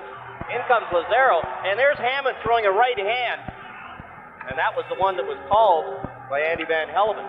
Say this for the Bruins. Andy Moog, who played such a standout series against the Canadians, they'll protect their goaltender at every chance, and three of them were in very quickly that time. Was serving notice. Give way to Andy. Blue line. Young for Pittsburgh. Makes the shot, hands it off. A tough pass to handle though. Ray Bourque slapped it hard on the glass, and it got by Murphy the length of the ice. 1:40 left of the penalty. 2-1 Pittsburgh. Here's Murphy to Stevens. Stevens finding some room. He's skating in hard, and he's grabbed from behind before he could get a shot. Wesley got it sticking across him and made a good defensive play. A lot of teams use this strategy, have one forward high at the other blue line, hoping that the defense will hang back. That time, Bourque didn't give Stevens some room for that good rush. Lemieux going in with Recchi and Stevens. Lemieux tapped it out front twice. Nobody could get near it. And Don Sweeney is there to clear the zone for Boston. 6 minutes left of the period, and 1 minute on this Pittsburgh power play. Loney to center. Fired in by Scott Young. Lemieux on the boards in the corner, left it there. Again, Mario sliced the pass near the side of the net. Yager left it. And it's cleared by Don Sweeney. 40 seconds left of the penalty. To Boston's Hammond. Pass to center ice. Tipped away by Francis. Galley, the first one back. That is icing against Pittsburgh with 5 minutes and 27 seconds left in the opening period. Little miscommunication between Yager and Mario Lemieux on the power play, and that's what you get when you have two talented offensive players. Now watch Lemieux. He hangs in by the blue line and draws a defenseman to him. This opens up the ice for Kevin Stevens. And Stevens almost dashed right up the middle. Now look at Bourque is way over by Lemieux, and look at the room that Stevens has. Good play by Glenn Wesley to get back and tangle himself up with Kevin Stevens.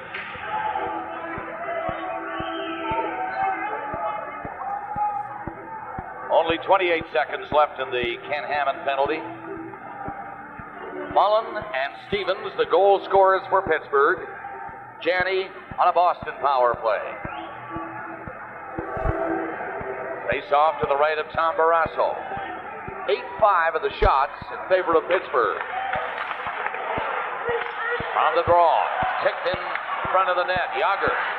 He was bumped, stays on his pins. And Francis tipped the puck at center ice. Galley coming in.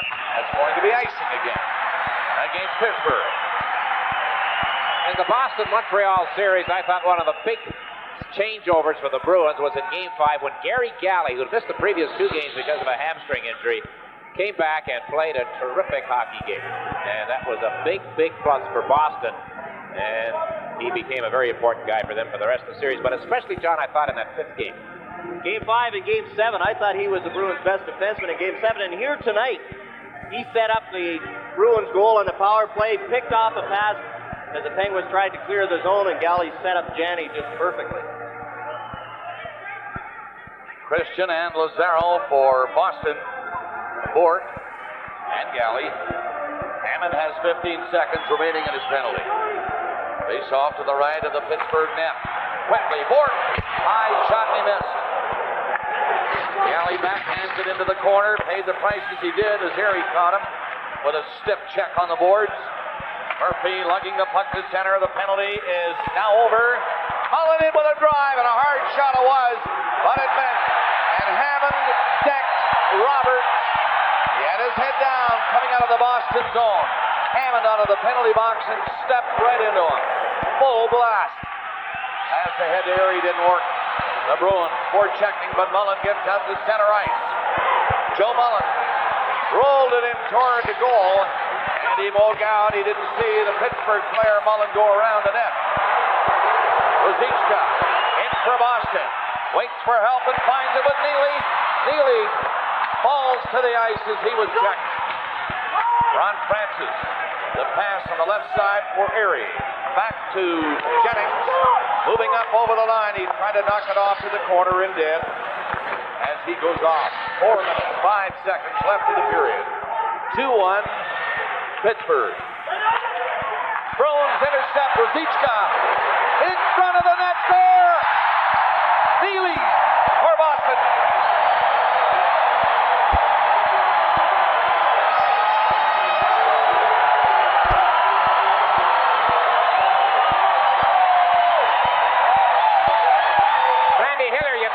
Giveaway on the far boards, left wing as the Bruins attack. Right there at the right of your screen. Neely's all alone. Nice play, John. What a pass by Vladimir Ruzicka to Janney over the stick, right on the tape. And look at this play by Janney. Neely comes in. Janney to Neely. No mistake. On the forehand, up and over Tom Barrasso. But what a pass by Vladimir Ruzicka. Nice little aerial flat pass to Janney, to Neely, and in.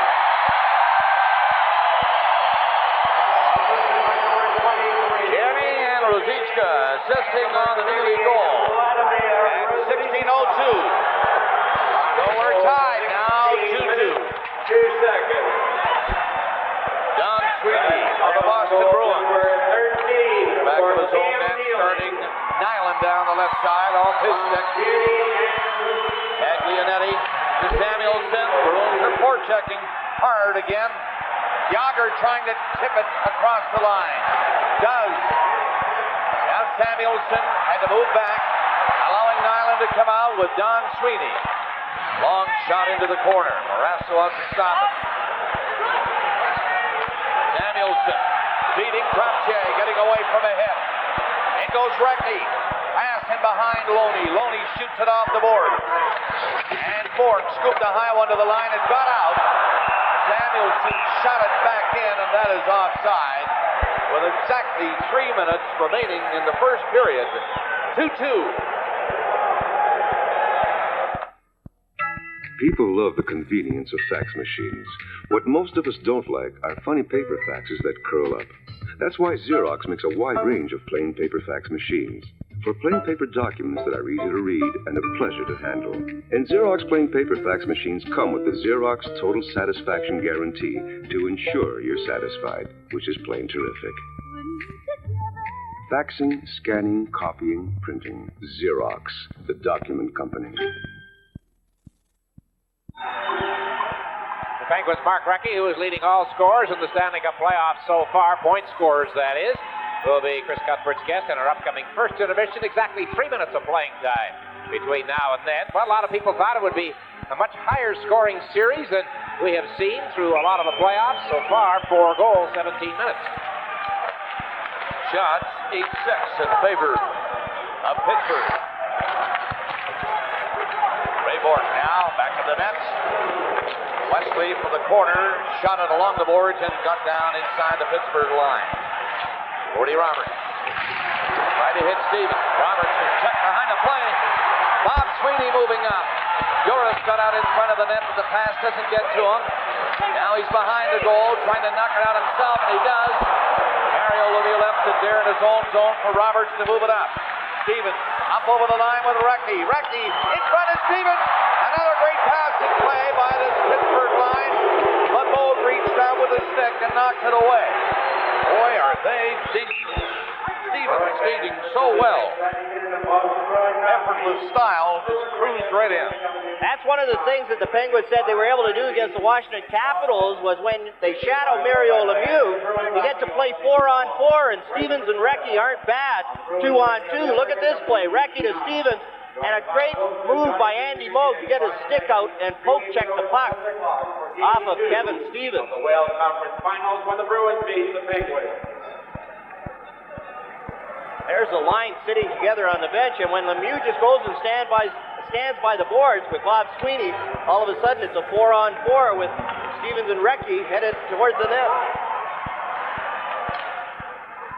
The Bruins shoot the puck down the ice.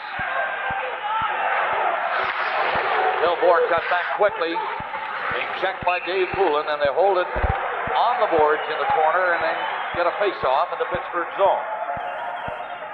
One of the key players in the Montreal series was Dave Poulin, especially on face-offs.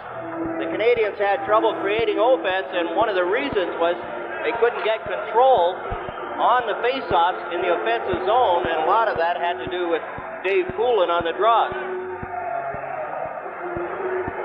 Ron Francis and Poulin face off to the right of Tom Barrasso. 1:59 left in the period. Francis won it cleanly. Gillen, number 15, pushed off the puck by Galley. Galley poked it loose for Christian into the corner again. Squeakle was covered. Joe Mullen for Pittsburgh. A pass through center to Francis. He knocked it in over the Boston line. Here's Galley coming back. Francis poked the puck off him. Trying to center it. Now it rolled all the way back over the line and down the ice as he tried to hit Phil Borg coming in. Offside. Francis, this pass hit a skate across center. These teams played 3 times during the regular season. A win for each club plus a tie. Here in Boston, it was 3-3 and then a 6-3 Bruin victory in February. Don Sweeney getting lots of ice time. I wonder if the Montreal Canadiens are sitting at home saying, where were all these turnovers in the Bruins zone in their series? Because the Bruins have really played a shabby defensive game in their own zone here in period 1 of this series. Isn't it a fact when you win such a close 7th game in a series that the winner tends to lie back a little bit, especially in the early going of the next game. Penguins were talking about that after their 7th game against New Jersey. They didn't have a roll or a good game going in game 1 and lost to the Washington Capitals in that first game in Pittsburgh. A big high. The Bruins were on for 48 hours. Why not? Great series against the Canadiens. Who launched the heartbreaker. The Bruins won it. They're here against Pittsburgh. And we're tied at 2 with 1 minute left to play in the first period. Samuelson comes to center. Pass to Mario Lemieux didn't work. Samuelson had to drop it along center ice again for Recchi. To Samuelson. He's bumped by Neely. These two have had it over the years, Neely and Samuelson. Janney takes it. Finds Wesley coming in. Wesley radiant. Nice save by Barrasso. 40 seconds left in the period. Glenn Wesley nearly gave the Bruins a lead. Good save by Barrasso. Now Neely for Wesley again and hopped over his stick. Wesley, bumped by Samuelson, put it in behind the net. 25 seconds remaining in period number 1. Andy back in his own zone. He's forced back. Now he shoots it down across the Boston line. Ford going back for it. 10 seconds to play in the period. And Ford decides to fire one 200 feet.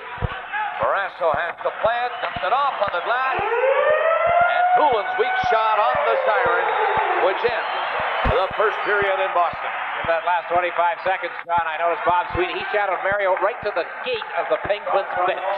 And then he stood there and watched to make sure that Mario wasn't just faking him out, that Mario would go inside and then sit down. Tom Barrasso made one big save in that period, and that came when Glenn Wesley had a good scoring chance with about 40 seconds left.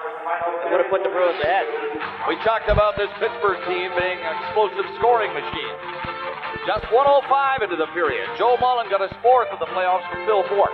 1-0. Then on a power play, Janney from Galley at 5:31 it was tied. Pittsburgh again on their power play goal.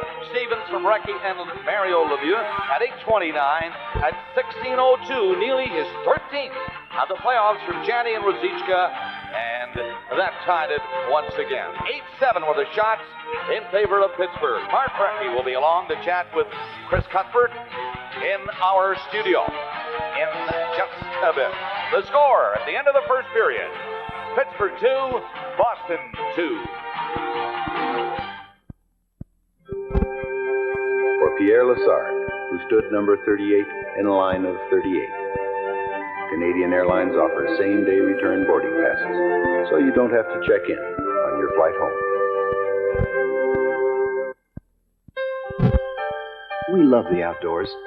That's one reason I've quit using toxic cleaners. It's been easy because Simple Green really works better on almost everything. Since it's concentrated, Simple Green's a good buy, and Simple Green is completely non-toxic, so it's safe even for the kids, and it won't hurt the environment. Simple Green keeps your world clean. You see, I like keeping things clean, but I also want my kids to live in a clean world. You can go as far as your heart can see, beyond any road that you want to be, 'cause it's your day.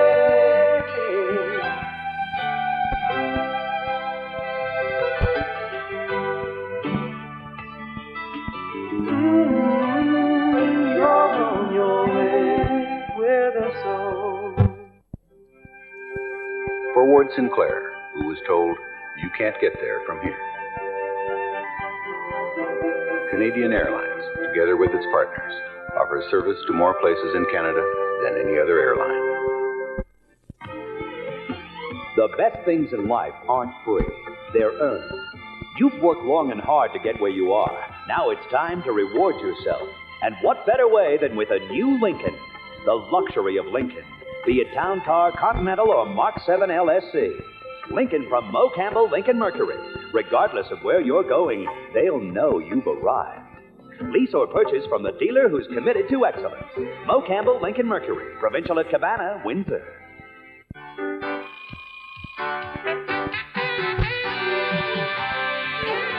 Good news, Canada. Now there's something fresh and instant that'll open your eyes to the world. Something that brightens, enlightens, and provides all the essentials you need. This is the CBC Morning News Live. Get the complete package. The CBC Morning News, first thing in the morning.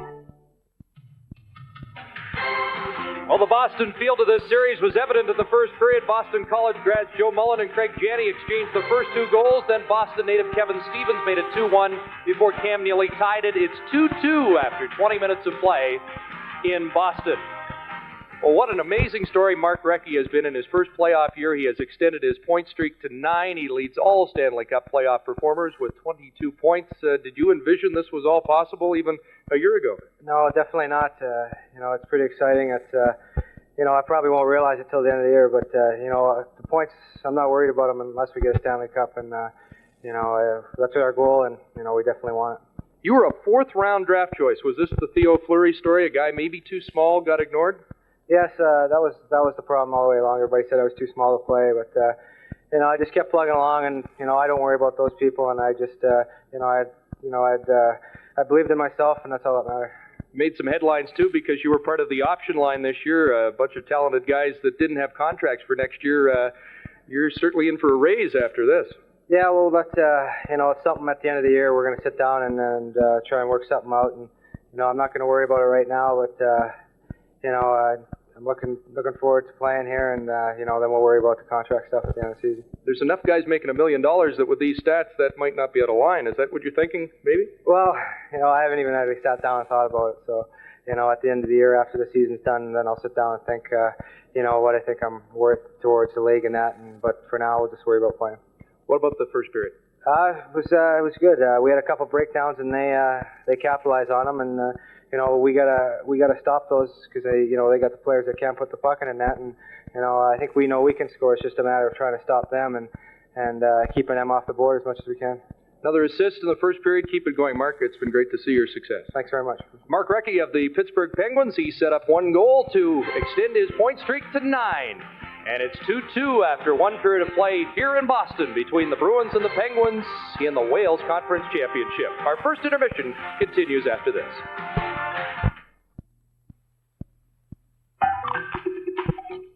There are hundreds of simple ways you can save money and save electricity right at your fingertips.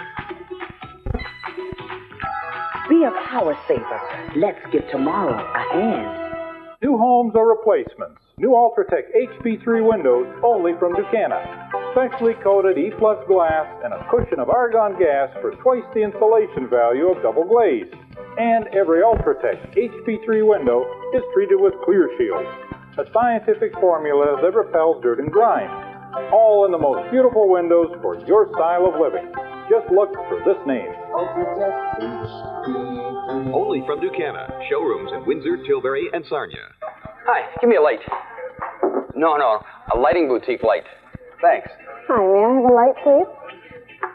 A lighting boutique? Thank you. Light, please. Lighting boutique light. Doesn't anybody drink anymore? Not with fixtures like those.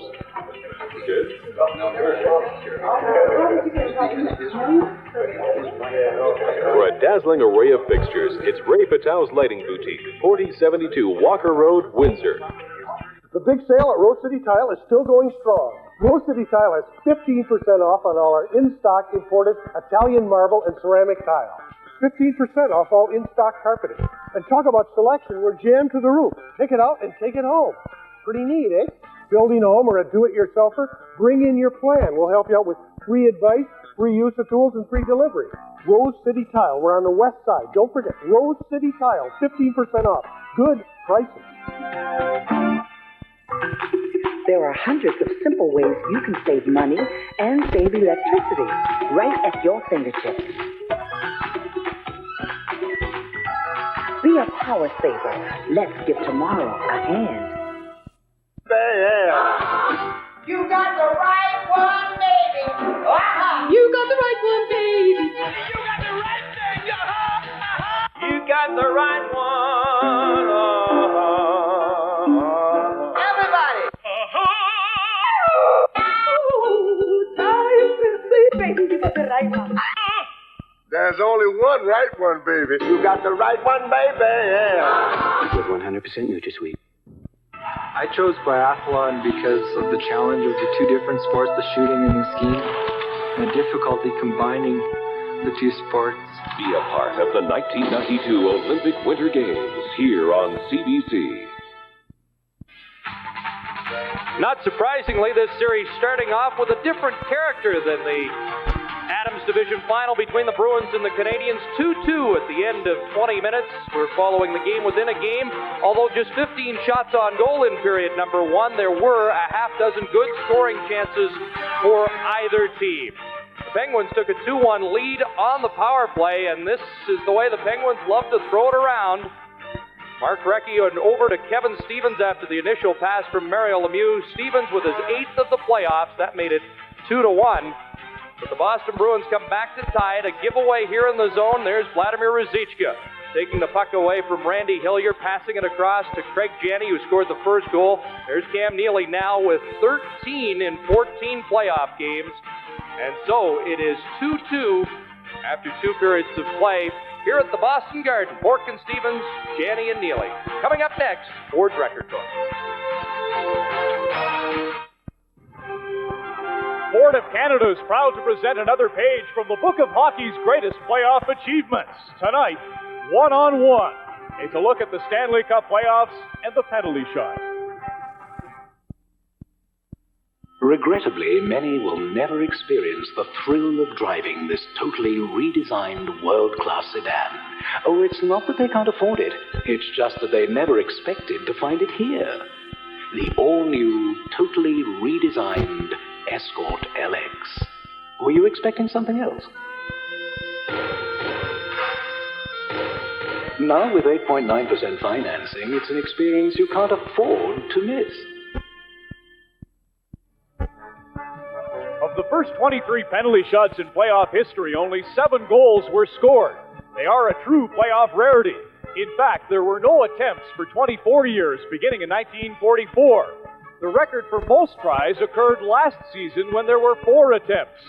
Al McInnes of the Calgary Flames was the only successful shooter. Hockey's ultimate drama, the penalty shot. One that fans around the NHL wish they could be courted to more often. The Record Book, a presentation of Ford of Canada.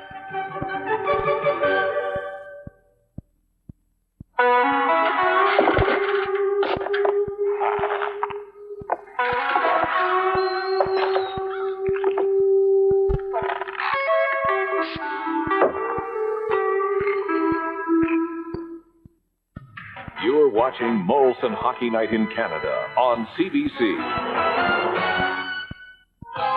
Just like an old friend, you can count on and trust.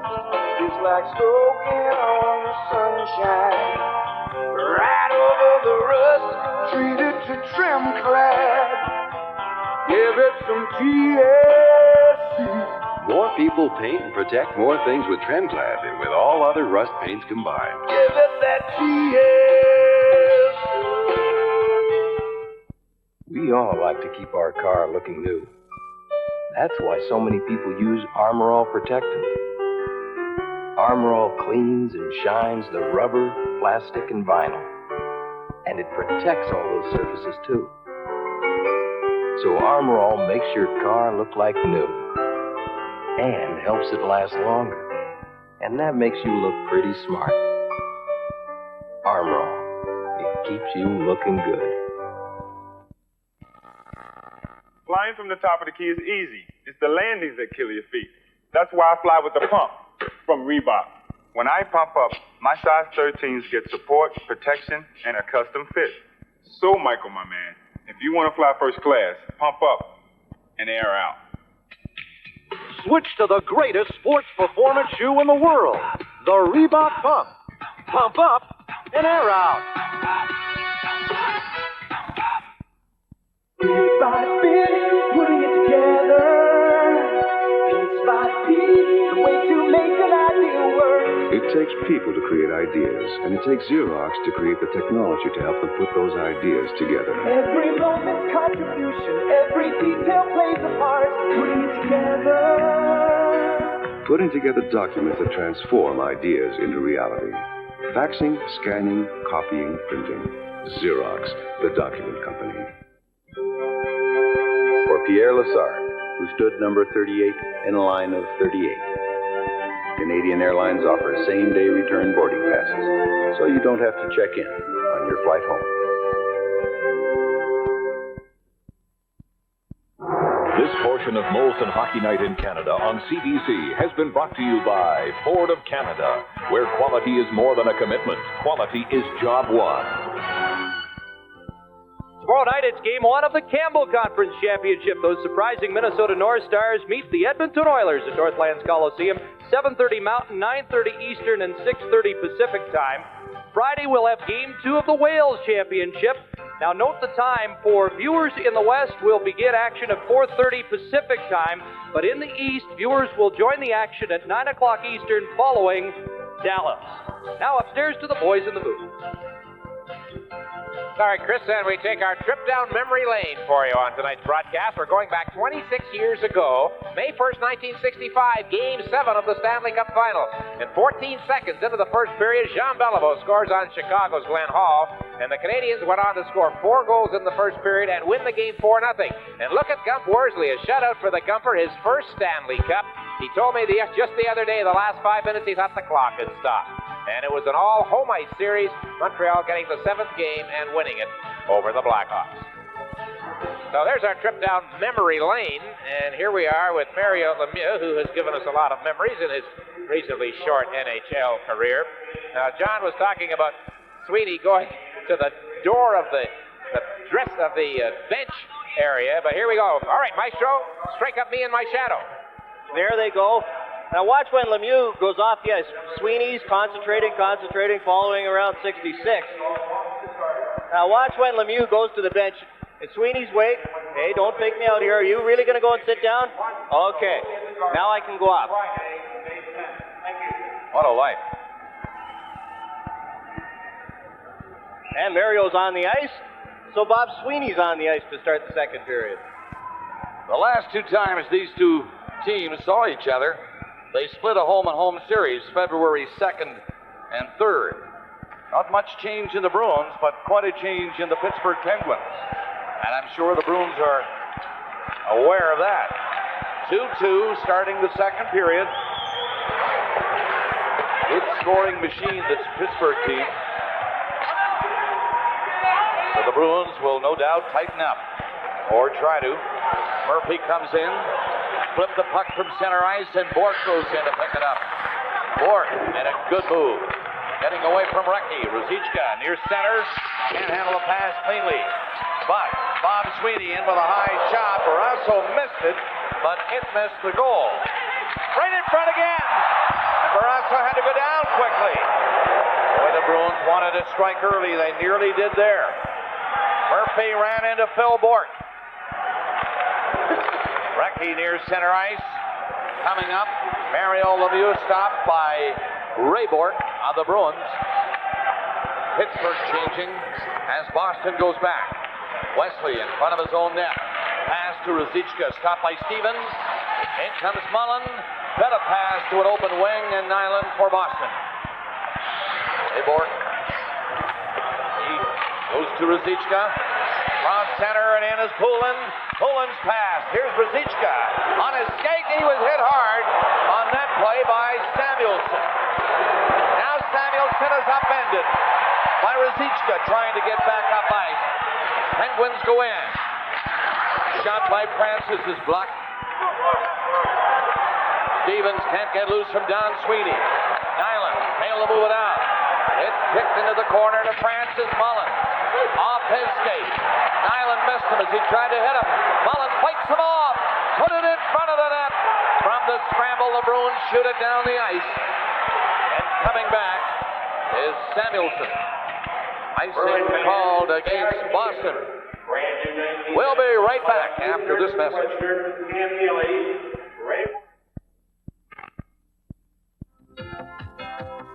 A lot of people have asked, why lease or purchase your next new or used vehicle in beautiful downtown Essex? Because right now we offer 8.9 financing or 500 to 1,000 cash back or 6% red carpet lease rates on new vehicles. When you're shopping for your next vehicle, you owe it to yourself to take a short drive to beautiful downtown Essex and visit Ken Knapp Ford. Our business is saving you money. I think, John, 9.5 minutes is a fairly lengthy stretch of playing time for a forward. And you wonder how Bob Sweeney's going to feel after this game. Trottier digging the puck off the boards. David Yager at the side of the net. Yager picks it up in the corner, turning around with it. A clever playmaker, Yager's shot, and it's stopped by Don Sweeney. Yager blocked it at the blue line, but the Bruins, Christian, up to Skriko. Janney with him. The shot blocked by Barrasso. Yager again. Gets a hit from Janney. Penguins bring it out. Trottier fed it right under the stick of Janney. Back in is Christian. Drives one. Deflected wide of the goal, and Barrasso takes no chance. Scooped it up on a hop and held it. Tom Barrasso in goal tonight for Pittsburgh. Now I ask you, what does a goaltender do to get ready for a Stanley Cup playoff game? Well, tonight Tom Barrasso skipped rope. That's right, folks, for about 10 minutes in a sort of deserted hallway here at the Boston Garden. Now, I don't think Turk Broder, Bill Durden, or Terry Sawchuk, Jacques Blanc, Bernie Parra, Ken Dryden, or John Garrett ever skipped rope for 10 minutes before a hockey game. Did you see Gump Worsley in that down memory lane trying to jump up after a shutout? Gump couldn't even get off the ice. Now watch Tom Barrasso try and play this off the board. When you don't play in a building very often, and the Penguins only played here twice this year, it's hard to know the boards. The Penguins were working on it this morning in their pregame skates, shooting it around the boards, but there Barrasso had trouble with the rebound off the backboard. Bruins win the draw. The shot by Bork is stopped by Barrasso. Penguins bring it up to center. Murphy gets the line. Goes in, but it's offside at the Boston blue line. Some people wondered why the Penguins got Larry Murphy when they already had Paul Coffey. Murphy, an offensive threat, but when Coffey went down with his injuries, Murphy becomes more valuable. A power play specialist throughout his career. Washington and Minnesota. The score is tied at 2 as they come up to the 3-minute mark of the second period. Each team a power play goal in the first. As Bork comes across center, Ruzicka takes his pass. He was on the fly, and Samuelson had him covered. Back for Pittsburgh. Through center ice, Phil Bork. In there with Rucky, who's knocked down by Neely, and the Bruins turn it around. It is Weaver and Ruzicka. His long shot gloved by Barrasso. Put a high one to Bork. Bork centered it right in front. Sweeney scores! Bob Sweeney!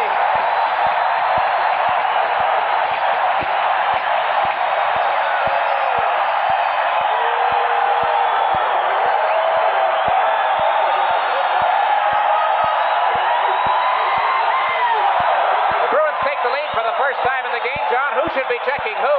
Boy, we saw some nice Pittsburgh puck handling, but how about this after the Bork the interception right there? Barrasso should not have tried to fire it up the middle. Bork picks it off to Ruzicka to Sweeney, and Sweeney with good finish around the net. But a goaltender should know better. No matter how good a puck handler you are, you don't fire it up the middle. You use the boards and try and give your team some time to recover. There, Bork intercepted to Ruzicka to Sweeney and in the net.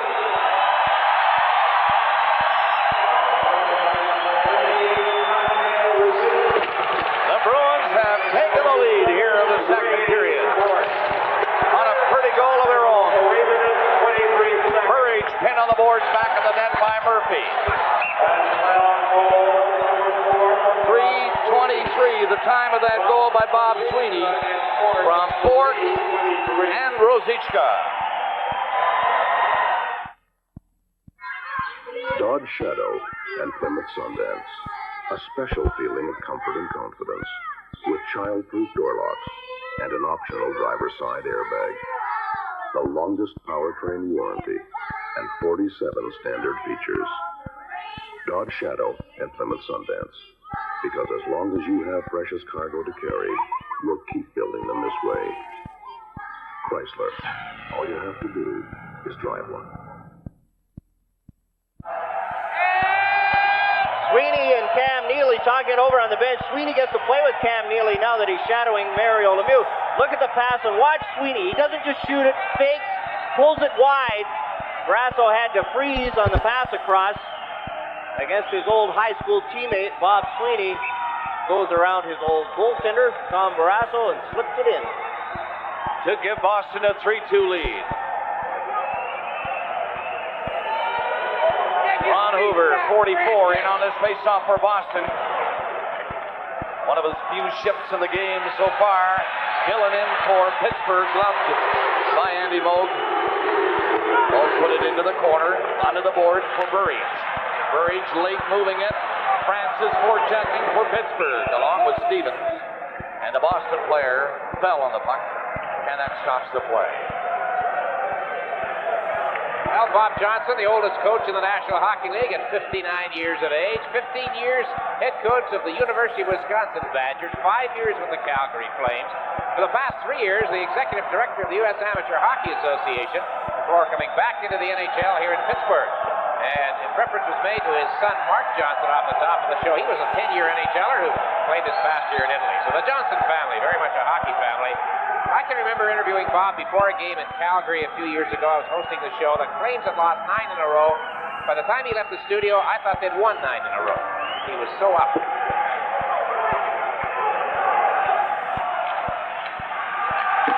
Don Sweeney didn't see that hard pass from Galley.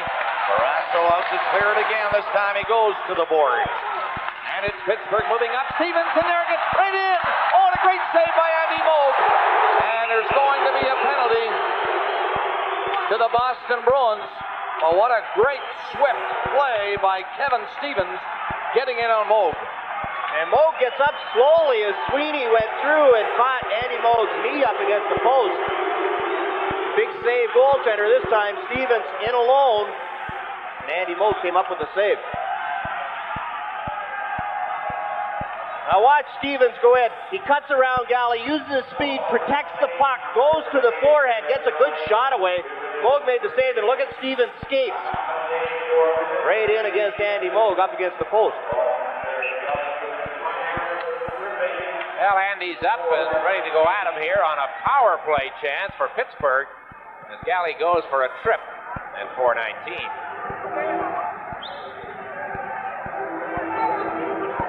Look at Gary Galley. Kevin Stevens just using his speed around Galley, and I think that's one of the things the Penguins can do on guys like Weimer and Galley, just go wide. Man advantage Pittsburgh. They're trailing Boston now 3-2 as Bob Sweeney has scored here in the second period for the Bruins. 3:23. Stevens, Rucky, Lemieux, Murphy, and Bill Bourque for Pittsburgh. And it's going to be Wesley who will clear the zone. Lazaro and Dave Poulin. They have been two good penalty killers for Boston. Ray Bourque is also on the ice. They're Poulin on the faceoff, even though he lost the draw, was close enough to a tie, and his team was able to get the puck. Here's Mario Lemieux, but he made the move at the blue line, and Phil Bourque thought he was okay, but he in fact was just ahead of the play, an offside. Well, another Massachusetts native in the game tonight. There seems to be a lot of them. Phil Bourque played his junior hockey in Kingston in his third year as a regular in Pittsburgh. Paul Coffey injured in the New Jersey series. Here, Fetisov's stick catches him in the eye. Came back very quickly from that injury. And then was hit in the jaw with a puck later in the series, and we'll see that later, and that's why he's not playing tonight. He has lost 10 pounds, he told me yesterday. Broken jaw, liquid diet. Never say he lost a pound the way he skated here today, as Dick mentioned that earlier. He was flying. Mario Lemieux in the corner, back to the line. Bill Bourque into Mario again. He centered it. Recchi back to Bourque. Bill Bourque for Pittsburgh and Mario Lemieux. Bourque now the shot. Rebound is there. Hit the side of the net. Stevens the backhander. The net goes flying off the magnets. Poulin is down on one side. And Recchi on the other. We talked about it in the opening, Dick, about whether the Penguins would be able to stand the physical punishment. There, Mark Recchi was looking for the penalty, but he got right up. A big hit in front on Mark Recchi. And look at Lemieux go for the rebound. There with Kevin Stevens. Stevens uses his reach on the backhand. But look at Recchi get knocked off the post. He's looking for the penalty. Glenn Wesley flattened Recchi. But as soon as Recchi saw the penalty wasn't being called, bounced back up to his feet. Looks like he's going to be all right. Well, John, one thing we haven't seen so far, and it's early still in the game and certainly in the series, but the work along the boards that we saw that was so prevalent during the Montreal-Boston series, and I would think that Pittsburgh is going to try to stay away from that as best they can, especially in this building. Mario remains on. Francis and Mullen join him up front. Murphy and Scott Young, the other two for Pittsburgh, and they'll have to go back down the ice with 50 seconds left in the penalty. The Galley of Boston. 3-2, the Bruins are leading here in the second period. And Young comes in. Shoots it on the boards to the left of Andy Mold. Ray Bork clearing it into the corner. It gets by everyone down the ice. Young back. Bothered by Christian for a moment. 30 seconds left on the penalty. Pass to Lemieux at center. Joe Mullen comes in, one man to beat. He got around him, but he was in too far for his shot. Mario Lemieux back to the line. There's his shot. That's deflected high on the glass. Murphy back to the line again. Young to Lemieux. To Murphy. Murphy to the side of the net with it. On a weak shot into Moog. And he just holds it. Francis just could not get anything on it as he was being checked, and only 6 seconds left in the Boston penalty. Andy Moog played in 20 of the Bruins' 21 playoff games a year ago, and he's gone all the way so far in the playoffs this year with the veteran Réjean Lemlin as the backup. Frank Pietrangelo, the backup to Tom Barrasso for Pittsburgh. Talked about the work along the boards. The Penguins don't like the dump and chase game. They want to gain the blue line with control. That's one of Badger Bob's coaching philosophies. Gain the blue line with control, and we won't see as much work along the boards because of that. Reggie, the backup for the playoffs. You think Reggie will be a San Jose Shark next year? He's a free agent with no compensation. Everybody that's mentioned to play for San Jose, they're going to have a team of 100 guys before they're and a payroll of about $10 million. 6 seconds left in Galley's penalty. Pittsburgh wins this one last face-off. Samuelson's shot is blocked. The Boston penalty is over. The Red Bull strike. Yager and Loney in the corner. Yager around the net, trying to come out. He is being stiff-armed in the corner by Christian, but he gets loose again. Yager fighting well along the boards for Pittsburgh. Galley on the other side now. Bruins lead 3-2. Christian going in against Samuelson, rides him in the corner. The crowd getting a kick out of that. Coming out is Gordie Roberts. From center it's in, and Trottier was the first one back to pick it up, to hang on to it, and Nyland for Boston. Couldn't get it out. Nyland took a hit from Loney. Comes back with a push or two of his own. The play continues, and Wesley checks on the board. Nyland bumping Yager. Barrasso stepping behind the net. Here's Yager pulling away from Nyland. Up to center ice and coming in. Yager dropped it back. Trottier tried to feed it to the line, and it's broken up by Nyland. Out with Chaney.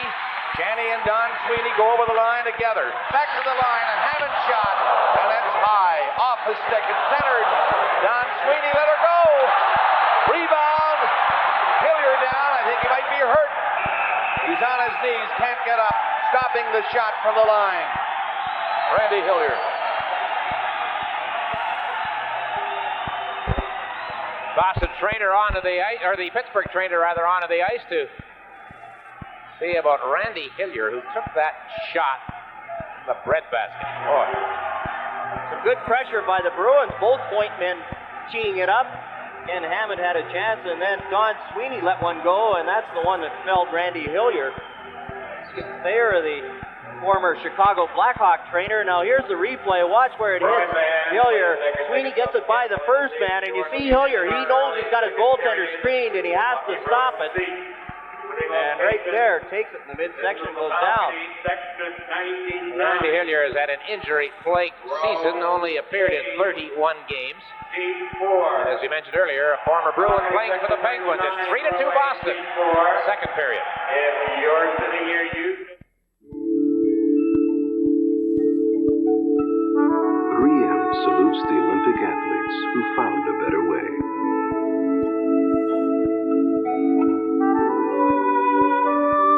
Whose ideas were so original, there's no going back. That same innovative thinking helped us invent Scotch brand tapes, and people have been sticking with us ever since. 3M, innovation working for you. Bob Cole with John Garrett, Dick Irvin, and Chris Cuthbert at the Boston Garden. Game 1 of the conference final, or if you wish, Stanley Cup semifinal. It's getting close. 4 teams remain for the Old Mutt, and it's not an easy road. Galley behind the net was hit. He's without a stick. Tried to boot the puck into the corner. Galley comes back fighting. They hold it on the board. And the linesman has to come in quickly. 11:58 left of the second period. 3-2 Boston. Whose voice is that? Is that Andy? That's Andy Van Helfen's voice. You can hear.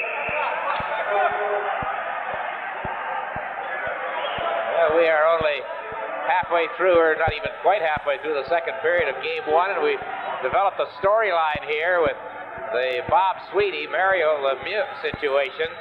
In the goals for department, it's 1-0, Sweeney leading. And you notice Sweeney keeping his body between Lemieux and the net.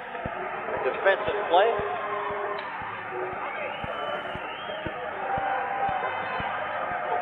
Cam Neely for Boston.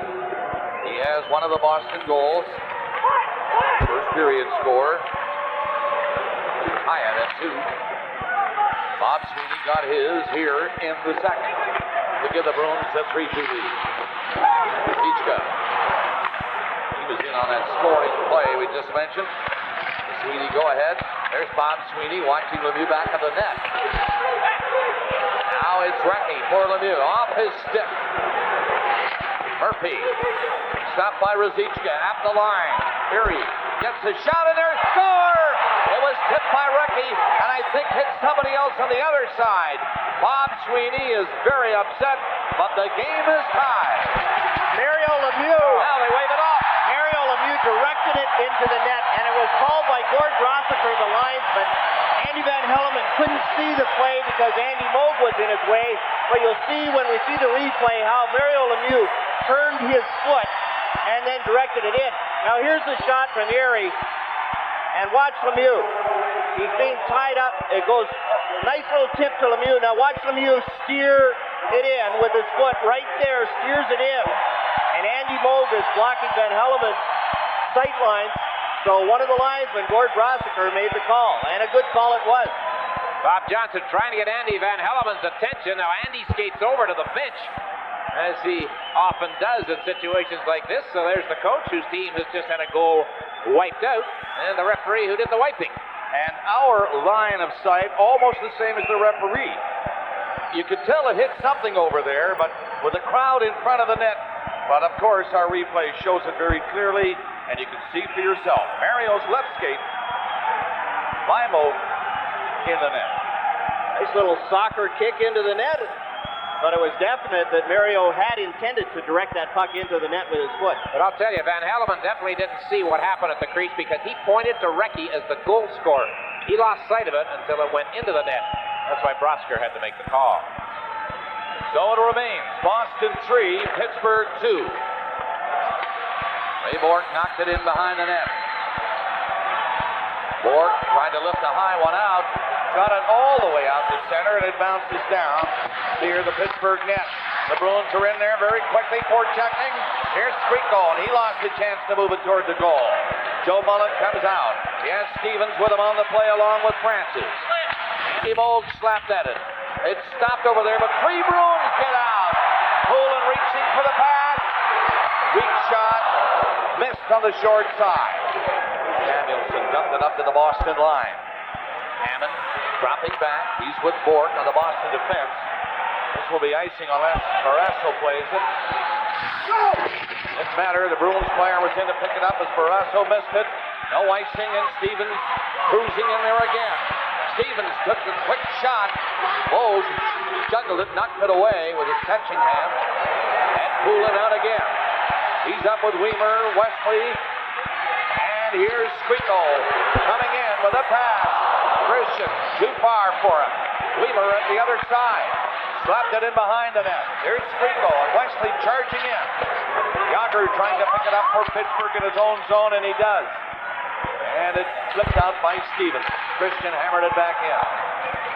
Just past the halfway mark of the second period.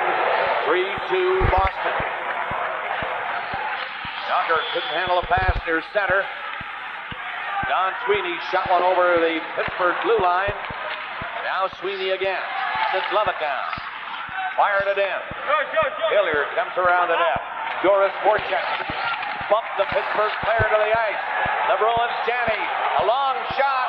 Rasso, no rebound. He gloved it and held it with 9 minutes and 30 seconds left in the second. The Bruins lead by 1.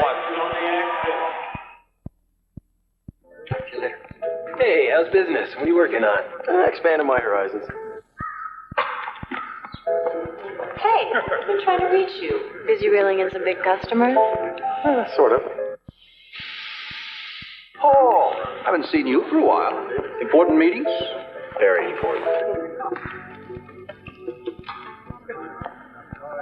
Hi. Molson Special Dry. Thanks. I didn't recognize you in tie.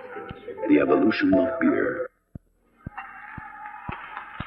Here's where Paul Coffey gets hit in the face with a puck right there in the jaw. And that's why he's not playing tonight. Some people say the Penguins are better without Paul Coffey. How can you be better with a guy that has 127 points in the playoffs? How can you be better without him in your lineup? Trottier was knocked down. Bruins, Don Sweeney. He took a hit from Loney, but got the puck out. Murphy brings it back in. Murphy flipped one into the right of Andy Moog. Moog reaching back, hollering instructions now as the Bruins pick it up and clear the zone quickly. Janney just flipped it to center. Murphy back. Let's go back up with it. Woody Roberts. He lost it. It came out into the center ice area. Don Sweeney shoots it back in for Boston. Here comes Burridge to pick it up. He had Janney going for the net. Janney now centered it, hit the side of the net with that pass. Yager on there again for Pittsburgh. Stopped by Neely at the blue line. He's hit by Loney. Two Bruins behind the net. It's centered. Now from the line, Bork. Let's go a shot. Hoping to hit somebody in front. He was 8 or 10 feet wide of the net. But traffic in front of Tom Barrasso. Now Bork striding up to center and going in. He is stopped. He fell. Weak check by Taglianetti. Not to knock him down, though. Healy stripped of the puck. Mario Lemieux back in over the line. A nice pass goes to Barrieri. Reckley was in there. Moog got something on it, and Andy Moog will get the crowd going again as he gloves it. Mario upset with Bob Sweeney. Took a bit of a poke at him as they moved in deep behind the net after the whistle had gone. Still 3-2 Bruins. After studying every angle, a leading consumer testing magazine rated the Lawn Boy M Series mower a best buy. Not surprising. It has one of the most powerful engines you can buy, the toughest rust-free deck you can buy, the most advanced lubrication system you can buy. And because it's a Lawn Boy, it may be the last lawnmower you'll ever need to buy. See the full line of Lawn Boy power equipment at your Lawn Boy dealer. Ray Bork set up the go-ahead goal, but watch what he does here defensively. He is so quick turning and getting back. Now watch Bork turn and get back into the play and then pick this pass up. What a great defensive play by the Norris Trophy winner, I think, this year, Ray Bork. Mario Lemieux got the face-off, but Hammonds skipped back there quickly. Couldn't get it out, though. Lemieux on the boards. Tried to give it to Erie. Couldn't. And Taglianetti has to come back for Pittsburgh. Bob Erie turns with him, takes the pass. Comes in on Bork. Tries to find some room, and he has to put on the brakes. Backhands it into the side of the net. Ruzicka made a play in front of his own goal. Bork hustling on it. Fed it out across the line to center ice. And Pittsburgh coming right back in. Lemieux was slow getting out of the zone. So Recchi had to turn. Hammond, a good move to get away from Recchi. dropped it back, and Recchi was there, and here come the Penguins again. Up to Mario, and he's knocked down as he crossed the blue line offside, and he was upended. And Lemieux has a chuckle for Andy Van Hellemond.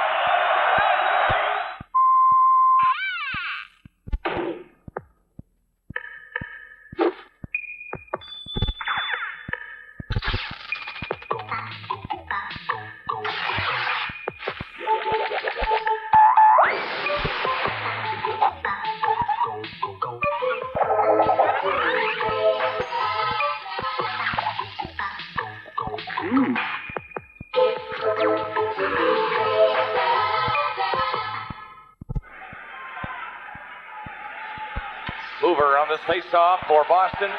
Got it for Nyland, to Weimer, and Stevens comes back. Hilliard skates to his own line and put it up to center ice for Mullen. Francis is bumped by Hoover. Wesley falls. Got a stick on it though, allowing Lazaro to come back and pick it up. To Weimer, to Hoover, and he missed it. Francis again weaves away from two Bruins. Then a third, right into Stevens. Stevens centered it. Mullen can't reach it, and there's another penalty being called against the Boston Bruins. Wesley of the Bruins upended Stevens, and he is going off for tripping. My staff is very good. No getting around it. Service is definitely a hands-on business. That is my job, to provide that personal touch. I think our customers appreciate the good service we give them. At Esso, we use independent customer surveys to set our high standards of service excellence. Esso has standards, and I have standards. It's more than a job, really. It's a matter of pride. It's not what you do, it's how you do it.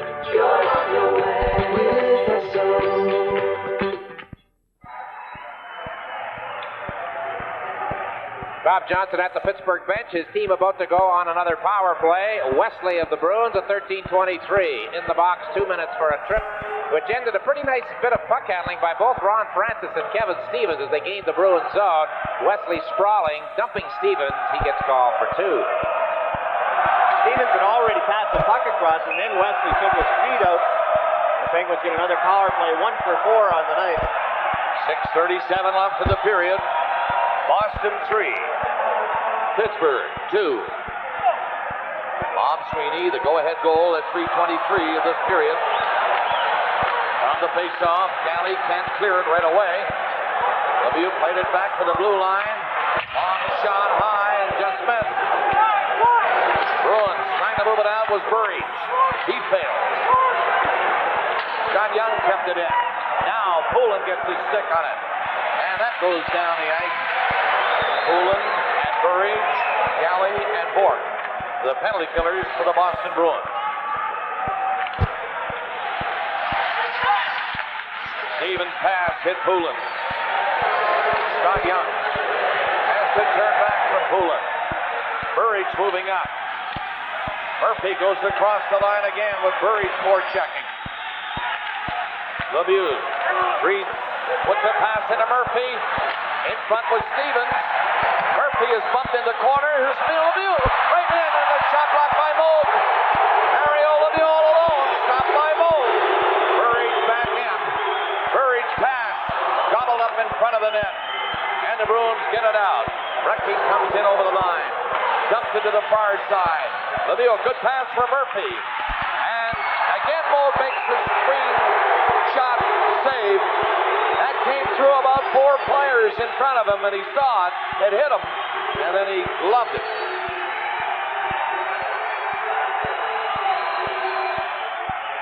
Andy Moog with a big save on Mario Lemieux. Now watch Lemieux. Because they're on the power play, he's got lots of time, lots of room. Recchi slides it over, and look at Lemieux. Tries to go back against the grain, but Moog dragged the back leg and made the save. Watch Moog drag that back leg, kick it out, and then make the save. Well, we haven't had a fight on the ice yet. That was a close call at the net. But there has been a fight in the Boston Garden. And our ever-alert cameraman, now check the middle of your screen. 2 guys were going at it. They had to be restrained. Suddenly, bingo, take that. And they've both been thrown out. And they're sitting in the high rent district here tonight. I mean, the hockey players get paid while they're fighting. Those guys paid to get in. Now they're gone. They're wasn't a fight in Game 7 in the stands. The only time that I've been here where there hasn't been a fight in the stands. 45 seconds left in this power play for Pittsburgh. Yager on the ice now with Francis, and Lemieux stays on. Bill Bork and Murphy. Poulin on the face-off, and somebody is being waved out. It's going to be Francis. Mario comes in. Poulin has been sharp on the face-off. Can't get it by Murphy. Close quarters for Mario Lemieux against Poulin, and Poulin won that little tussle. 34 seconds left in the power play. 3-2 Boston. Don Sweeney sending the puck out to Poulin. Poulin with some room, trying to go in on Bork. Got another chance at it. Yager and Phil Bork having difficulty getting the puck out. Here's Phil Bork. Up to center, pass in. Francis, traffic again. Yager turned, trying to put his shot in on the net. That was stopped. Murphy at the blue line, can't stop it. And the penalty is over. Wesley is on the ice again. 4:30 remaining in the second period. Boston with a one-goal lead. Channing knocked out. Here's Neely. Neely going in. Scores! Neely for Boston.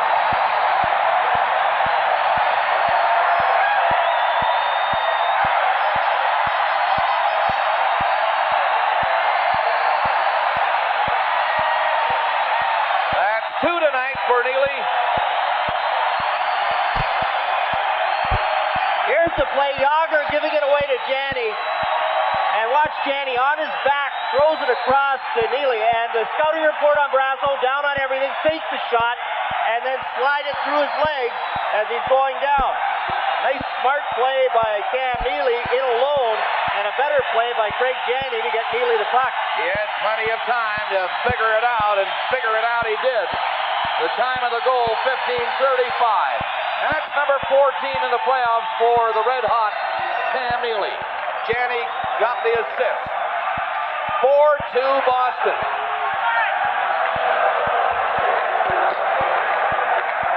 A long shot from the blue line is deflected into the crowd in behind Andy Moog. Cam Neely from Janney. 15:35, and the Bruins are up by 2. We all like to keep our car looking new. That's why so many people use Armor All Protectant. Armor All cleans and shines the rubber, plastic, and vinyl. And it protects all those surfaces too. So Armor All makes your car look like new. And helps it last longer. And that makes you look pretty smart. Armor All. It keeps you looking good. So cold.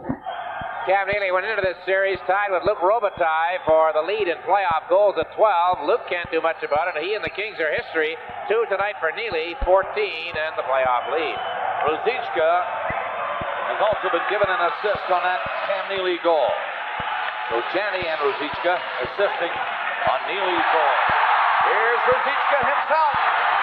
Brasso down, stop the backhander, but there's going to be a penalty against Pittsburgh. Moog coming out of the net, stopped the puck. Now he's on the bench. They have the extra man on, it won't matter. Samuelson drilling it into the empty net. But of course, the play is called on the slashing penalty to the Pittsburgh Penguins. Samuelson going off. Ruzicka stole the puck at center ice, and the Penguins defense, Gordy Roberts and Ole Samuelson trying to get back. Here's the giveaway. Right here, Trache loses it to Ruzicka. Now watch, here's Roberts hooking, and look at the vicious slash right there by Samuelson, a two-hander. Roberts hooked Ruzicka so he couldn't make the play, but Samuelson swung from way back in left field to hit Vladimir Ruzicka. Special padding on the right glove of Samuelson because of a thumb injury. Had a rough playoff. He went to Sweden because his father was seriously ill. Has extra padding in the glove because of the hand problem. Now he's got a problem with the next 2 minutes in the penalty box. The Bruins hope less. They lead it 4-2. 3:40 left in the period. Chance for Boston here to really make it rough on Pittsburgh in their first game. of the conference final. 3:20 remaining in the period. The puck knocked down at the Pittsburgh line and sent back down the ice. Minute and a half, the Pittsburgh penalty. Strico turns and Wesley moves it out to him. Strico to the blue line to center, trying to go to Janney, stopped by Young. Now Neely brought it over the line for Janney. Janney hooked it in front of Barrasso, saw Strico coming in and was out to make a fine play. Here's Janney, trying to hit Neely in front. It was intercepted, and the Penguins send them back. 2:45 remaining in the period. 1 minute in this power play for Boston. Strico and Bork. Ray Bork. Neely striding to his right. Bork goes in on the left corner. That'll come back to the line where Janney waits. And now Strico. Neely in the corner. Strico to Bork. Ray Bork waits. The other way for Wesley to Bork. Shot! Deflected over the net. Just missed the crossbar. With 2:22 to play in the period. Hit Cam Neely in front. Neely going for the hat trick. Almost had it right there on that shot by Bork. Hit Neely and just missed the net. Faceoff comes outside. Now watch Neely go to the front of the net. They feed Ray Bork. He's looking for the tip in. Now watch him turn. They throw it back to the point. Turn. Get in position for the tip in. And he does get a piece of it, but can't bring it down enough to get it into the net. Here's the high shot. Now watch Neely. Bring the stick down, get a little piece of it, and then it goes up and over top. Intercepted by Mario Lemieux coming in. Takes the drive right on, and Moe covered on that angle. Gave him very little room to shoot at. Mario in front again with Erie. Flipped it off to the corner, and Wesley takes over for Boston. Wesley coming out, Ruzicka to center. He's in over the line, back to Bork. Other side for Galley. Centered, Ruzicka covered in front by Hilliard. And now the penalty to Samuelson is over. The Penguins bring it in. And Neely takes over in the Boston zone. Skating out with Ruzicka. Shoots it up across the line to Poulin. He was in behind everybody, but couldn't handle it cleanly. A minute and a half left in the second period. Samuelson around the goal. Again, the Penguins have to come back. There's Christian intercepting a pass. Woody Roberts turning around with it. Murphy to center. Tipped in there for Mullen. And Don Sweeney had his number. Murphy, however, at the blue line. Kept it in front of the net. Stevens is turning. He's been dangerous. Drive to center. Gets a shot. And Moog up with the arm. And he makes the save. There was a little bit of room on that top corner. But Moog closed it off. Penguins gained the zone, John, but a lot of white uniforms between them and Andy Moog as they tried to make a play, in particular Stevens, who did most of the trying. Now there you go. There's the Boston defensive setup here as the Penguins try to penetrate and can't do very much about it until right here, short side, and he makes the grab. And there's that shot from a bad angle by Stevens, a pretty good shot. The Bruins were lucky that Stevens couldn't feather that pass through. 3 Bruins went after Kevin Stevens.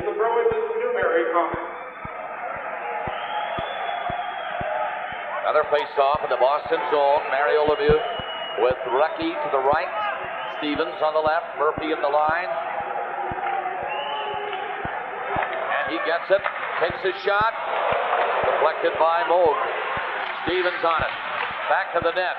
Lemieux, but he's stopped by Poulin. Trying to feed it out. Strico sees Christian, gives it to him. Hit his skate though. Woody Roberts shoots it back in.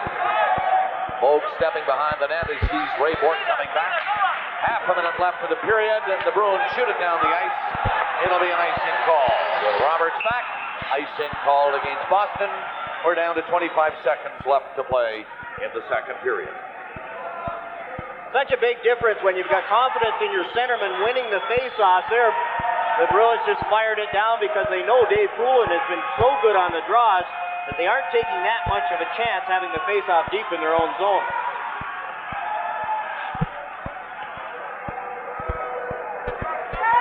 Recchi with Lemieux and Stevens. Look back here at the last face-off. Lemieux gets clipped there. Dave Poulin sticks. Second time that's happened to Lemieux. First time drew a penalty. That one did not. 25 seconds. Borg skates into the circle. They wait for him to move back. He's back. Kevin Collins, the linesman, drops it in. It's into the corner. And Wesley tries to go the other way to get it by Murphy. Can't do it. Stevens put it up high on the glass. Here's Recchi. 15 seconds left of the period. Penguins trying to get one here. They're trailing by 2. Roberts is in deep. Here's Recchi. And Moog will cover up on this one with Stevens loose until Bork came in and only 5 seconds left. Chance for Mark Recchi and Kevin Stevens around Andy Moog. The Penguins have been able to control the faceoffs, the last 2 in the Boston zone, but then once they do, the Bruins have been very effective in their zone coverage. With the faceoffs in the Boston zone, Bob Sweeney is sitting on the bench with Mario on the ice, and that's been a rare occasion. Mario over 18 minutes of playing time, so they have to give Bob Sweeney a little bit of a rest. Lemieux on this draw. Won it cleanly. Bork gets one last shot. It's deflected wide. Slapped in front of the net as the siren goes to end the second period. The Penguins were pressing, but they come up empty.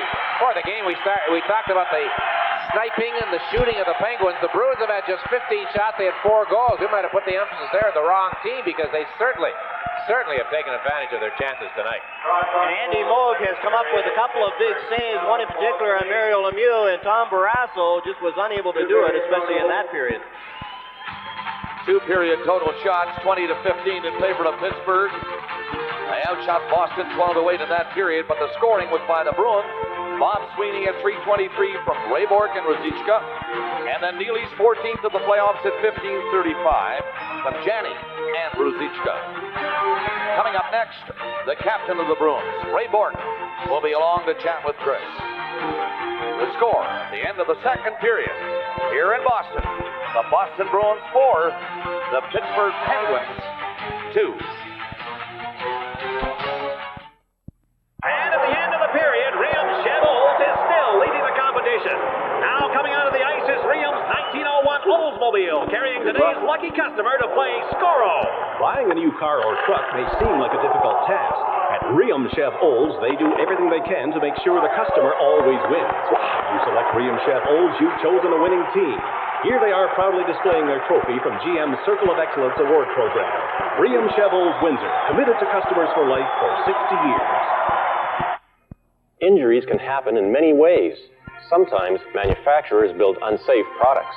Often hazards can be found in areas we commonly use and expect to be safe. Occasionally, an error in medical treatment results in devastating personal and financial problems. There are many things which can threaten our safety, but the law is intended to protect your rights. I'm Greg Monfortin. At our law firm, we help people injured in accidents. There's no charge to talk with us about your claim. We'd like to help. Greg Monfortin and Partners, on your side. At Gabriel's Furniture and Carpet in Leamington, you can get the right carpet at the right price. Our in-stock selection is one of the largest you'll see anywhere. Trust Gabriel's for great prices, professional installation, free delivery in Essex-Kent counties, and that small-town service that made us famous. Gabriel's Furniture and Carpet in downtown Leamington, just 30 minutes from Windsor and miles ahead of the competition. Compare and save. Call 1-800-567-5786. Gabriel's Furniture and Carpet for small-town service with big city selection. Guess who forgot to play their Lotterio numbers? There's no telling when your numbers may come up. So don't forget to play Lotterio, Ontario's own game. After 14 years, winning with Winterio Extra is now guaranteed because a pouch of 5 tickets that doesn't win anything can now be redeemed for 3 free tickets. Guaranteed. So now there's an extra reason to play.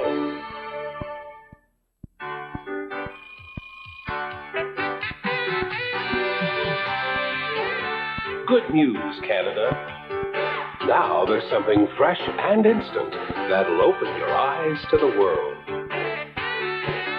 Something that brightens, enlightens, and provides all the essentials you need. This is the CBC Morning News Live. Get the complete package. The CBC Morning News, first thing in the morning.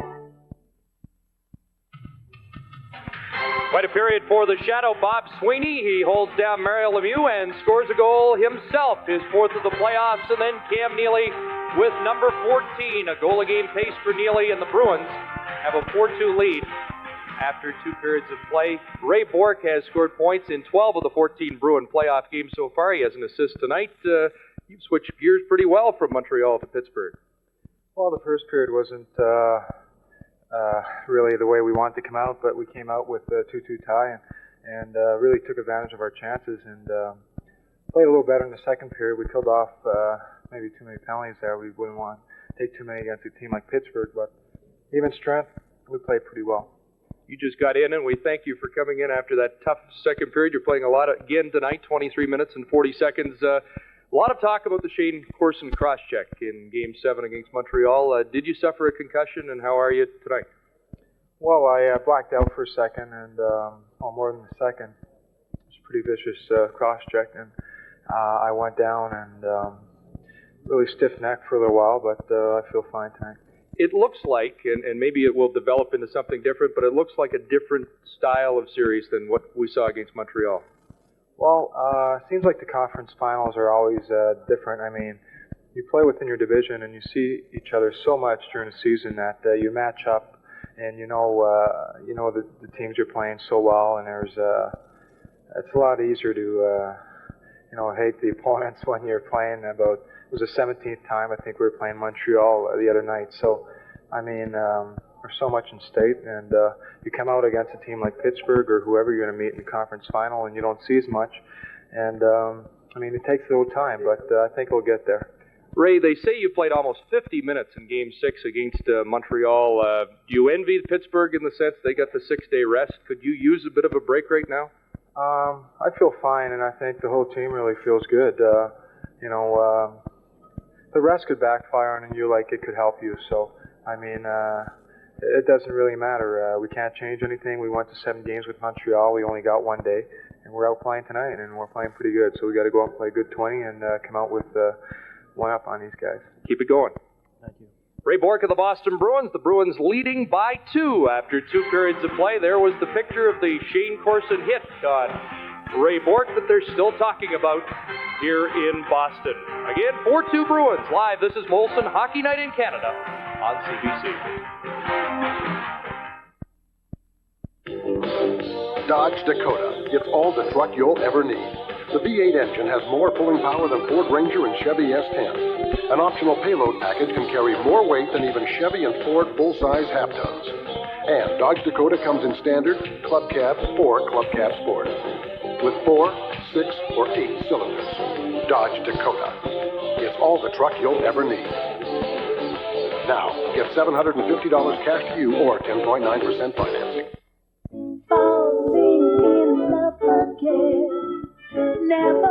More Canadians keep the romance going with help from Motomaster and Canadian Tire.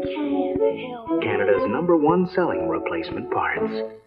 Motomaster motor oils are all formulated to exceed the quality requirements in your new car warranty. But that doesn't mean this page can't be used for something else.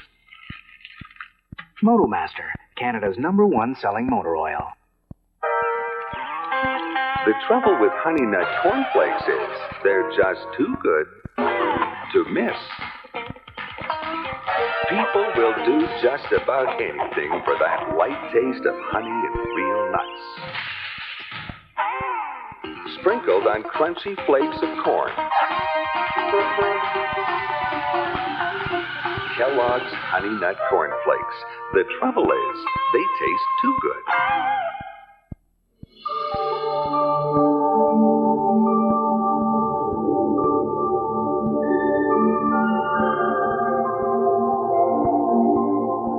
Is one of the most competitive tools in business. One that you may have overlooked.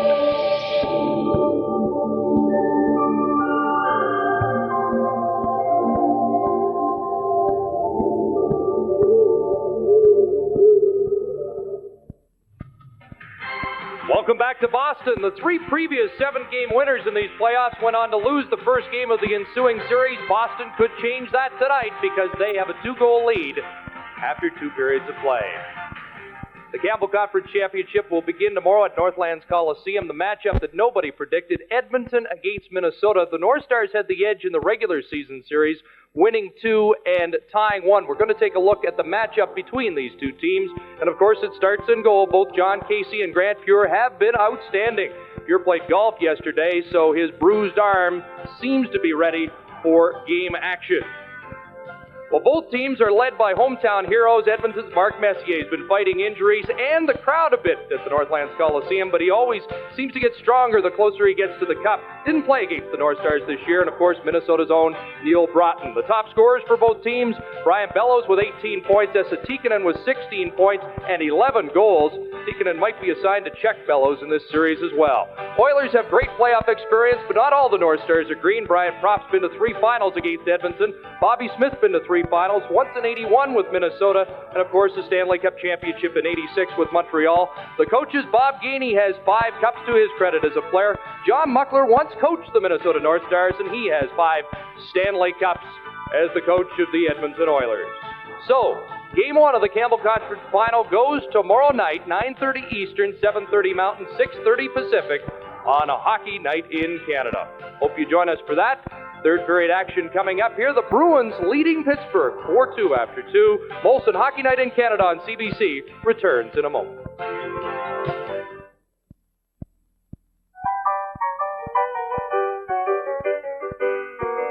It was a sunny Monday afternoon in Edmonton, the year 1911, when the staff of GWG, the Great Western Garment Company, assembled to have their photograph taken.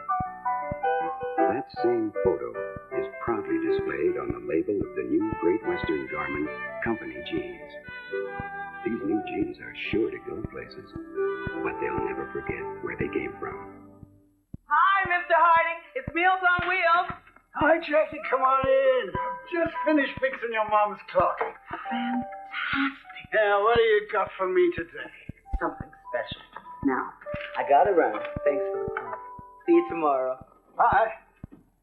What's this, Cody? Happy birthday to a special friend. Love the grade new class. Mr. Harding enjoys the benefits of Meals on Wheels. Lottery funding is one way this program has received financial support. The baby in this picture is going to have a very special year. A year of first steps, first words, first birthday. And none of these firsts will ever happen again. Now, if you were this baby's parents, which film would you choose? No other film in the world gives you purer, richer colors than Kodacolor Gold film.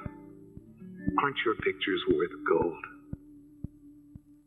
That's me, Tommy Lasorda, before I lost 30 pounds in 3 months with the Ultra Slim Fast plan. Now, that was last June, and the big news is I haven't gained an ounce back. The plan is easy. I had a delicious shake for breakfast, one for lunch, and then a wholesome dinner. Isn't that great? And I'm never going to look like this again. Hey, if I can do it, maybe you can do it. Ultra Slim Fast. Give us a week, and we'll help take off the weight. Sports Weekends. Golf, the Memorial from Dublin, Ohio. And the best are there on Jack's own tough course. The Memorial on CBC Sports Weekend starting Saturday, May 18th. We're following a game within a game tonight at the Boston Garden. What a matchup this will be throughout the whole series. And of course, Bob Sweeney will get a lot of ice time too as long as Mario Lemieux is on the ice. And the chances in period number 2, actually Pittsburgh out-chancing the Bruins, and they had a disallowed goal off the skate of Mario Lemieux, who was also robbed by Andy Moog, so that stat underscores that Moog is once again having a strong night. Game 2 of the Wales Conference Final will come your way on Friday. Viewers in the West will see the game in its entirety beginning at 4:30 Pacific time. Viewers in the East will pick up the action in progress after the finale of Dallas, starting at 9 o'clock Eastern Time. That's Game 2 from the Boston Garden. Neely has 2, Janney a goal and 2 assists. Vladimir Ruzicka has 2 assists, and the Bruins lead Pittsburgh 4-2. The 1991 Stanley Cup playoffs return in a moment. for Ward Sinclair, who was told, "You can't get there from here." Canadian Airlines, together with its partners, offers service to more places in Canada than any other airline. Unlike any other courier in Canada, Federal Express has a computer system to track each and every package throughout the entire delivery. So say you send a package to Ottawa, and you get a little nervous about when it's going to get there. Well, you can just call Federal Express. They'll tell you where it is and when it should arrive right over the phone. Which, of course, all means that if Federal Express delivered cows, they'd know when these guys are coming home. You take enough risks during the day. Don't take a chance overnight. Bart, I need to pre-roll first. Rolling and action. Here we go. How fast we want to go? You're testing your car, whatever you need to do to get an impression. Ready, Chris? Going through the bridge now. First pilot. We're going to approach them at 90 kilometers an hour. You're allowed to do whatever you want. This is your test day. Yeehaw! Oh, it's blue, it's not red. Hey, you guys hear about Goodyear's big Grand Slam tire sale? 4 tires for the price of 3. 4 for the price of 3? Why didn't you tell me? I did. You did not. I told you, but you did not tell me about it. I never heard a word I say. What? Did you hear that? 4 tires for the price of 3? Yep. Deals like that don't come along every day. Let me see here. 4, carry the 3. Wow, that's a good deal. The Goodyear Grand Slam tire sale. 4 for the price of 3 on selected tires and many other great values. Gotta get to Goodyear, go down here, turn right. Now.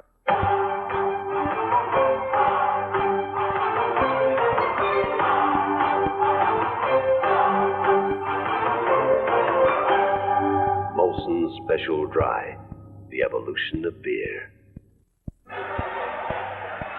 And this is Bob Cole back in the Boston Garden with John Garrett and Dick Urban in the booth. And the teams are here for period 3 of this first game of the conference final. Second period, Bob Sweeney at 3:23, Neely at 15:35, and the Bruins are leading 4-2.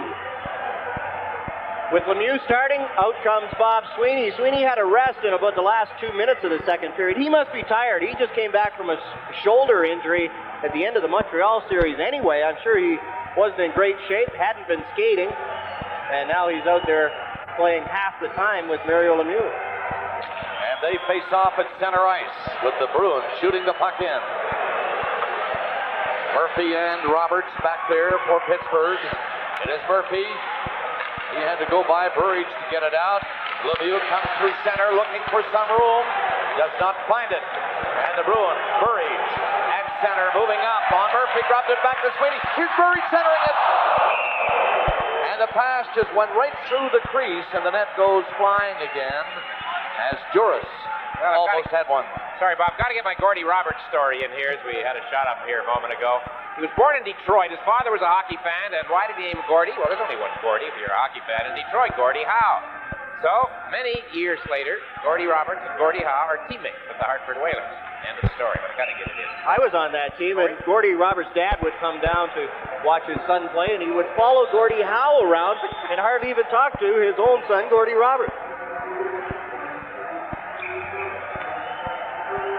20-15 are the shots in the hockey game in favor of Pittsburgh, but the Bruins have a 2-goal lead on the Penguins here in the third period. Just underway. Roberts from the corner. No place to go. He just shot it along the boards, hoping Lemieux could pick it up. He did. Lemieux gave it to Murphy and Roberts again over center to fire it in for Pittsburgh. Wesley on the net for Boston. And out comes Bob Sweeney. In goes Joris for the net. Burridge's shot. Deflected wide. Murphy again.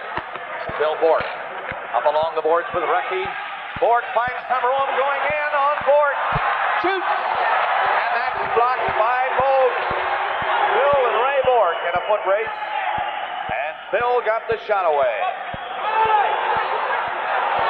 Referee hollering to move it. They do not, so they have to call the play. Face-off coming up in the Boston zone. Peter Juris drilled Bork up against the backboard from behind it.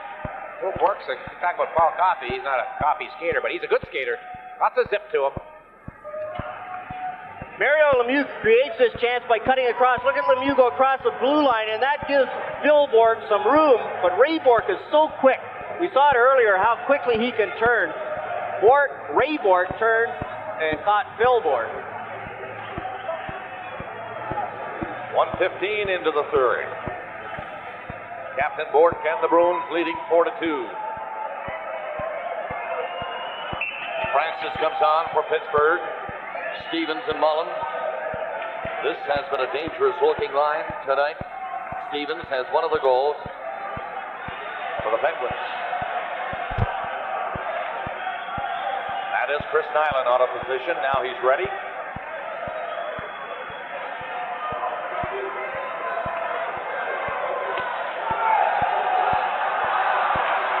Finally, they drop it in. Shot missing from the blue line. Taglianetti's drive. He gets another chance at it along the boards, but he's checked by Poulin. Francis back at the goal, trying to pick it up against Galley. Stevens there with Francis. Nobody wants to move it. Mullen was all ready to fire one, and it was intercepted at the blue line. A long shot tipped in front of the net. Here's Francis, and Moog again stopping Francis from close in. A good chance for Pittsburgh. But Moog there again. Tonight's game coming to you from the Boston Garden. It's the end of the day, and the real work of driving home is just beginning. But not in a Toyota Camry. The Camry not only has an exceptionally comfortable ride, available V6 power, and anti-lock brakes, there's also the comforting knowledge of Camry's renowned reliability. So look at the others, but at the end of the day, you take comfort. You've got a Camry. The promise. And the face-off coming to the left of Andy Moog. Cam Neely on the ice again. The only player in the playoffs with 2 hat tricks, gunning for another tonight. He has 2 goals in this hockey game. Galley back of the goal. High on the glass. The Penguins can't keep it in. Stevens back tracking. Francis hit Mullen at the blue line, and it got away from him. Nyland comes to center. Shoots it in. Neely was behind him. He didn't know. He just got rid of it. There's Neely in there bumping with Taglianetti. Stevens got his pass. Skates out over the line up to center. Samuelson carries on. And that's broken up at the Boston line. Samuelson was back to Francis. Stevens again. A pretty good move for Mullen. Mullen's pass, though, hit Janney's skate. Don Sweeney for Boston took a hit, but got the puck out. Mullen again. Turning near his own line. And fades back deeper. Now Mullen gets some room to skate down the left side. Janney caught up to him. Mullen knocked down by Janney. Janney is going to get a penalty. The Bruins stay on the puck, but now Neely picks it up. And the play is called. And here's a Boston penalty against Janney.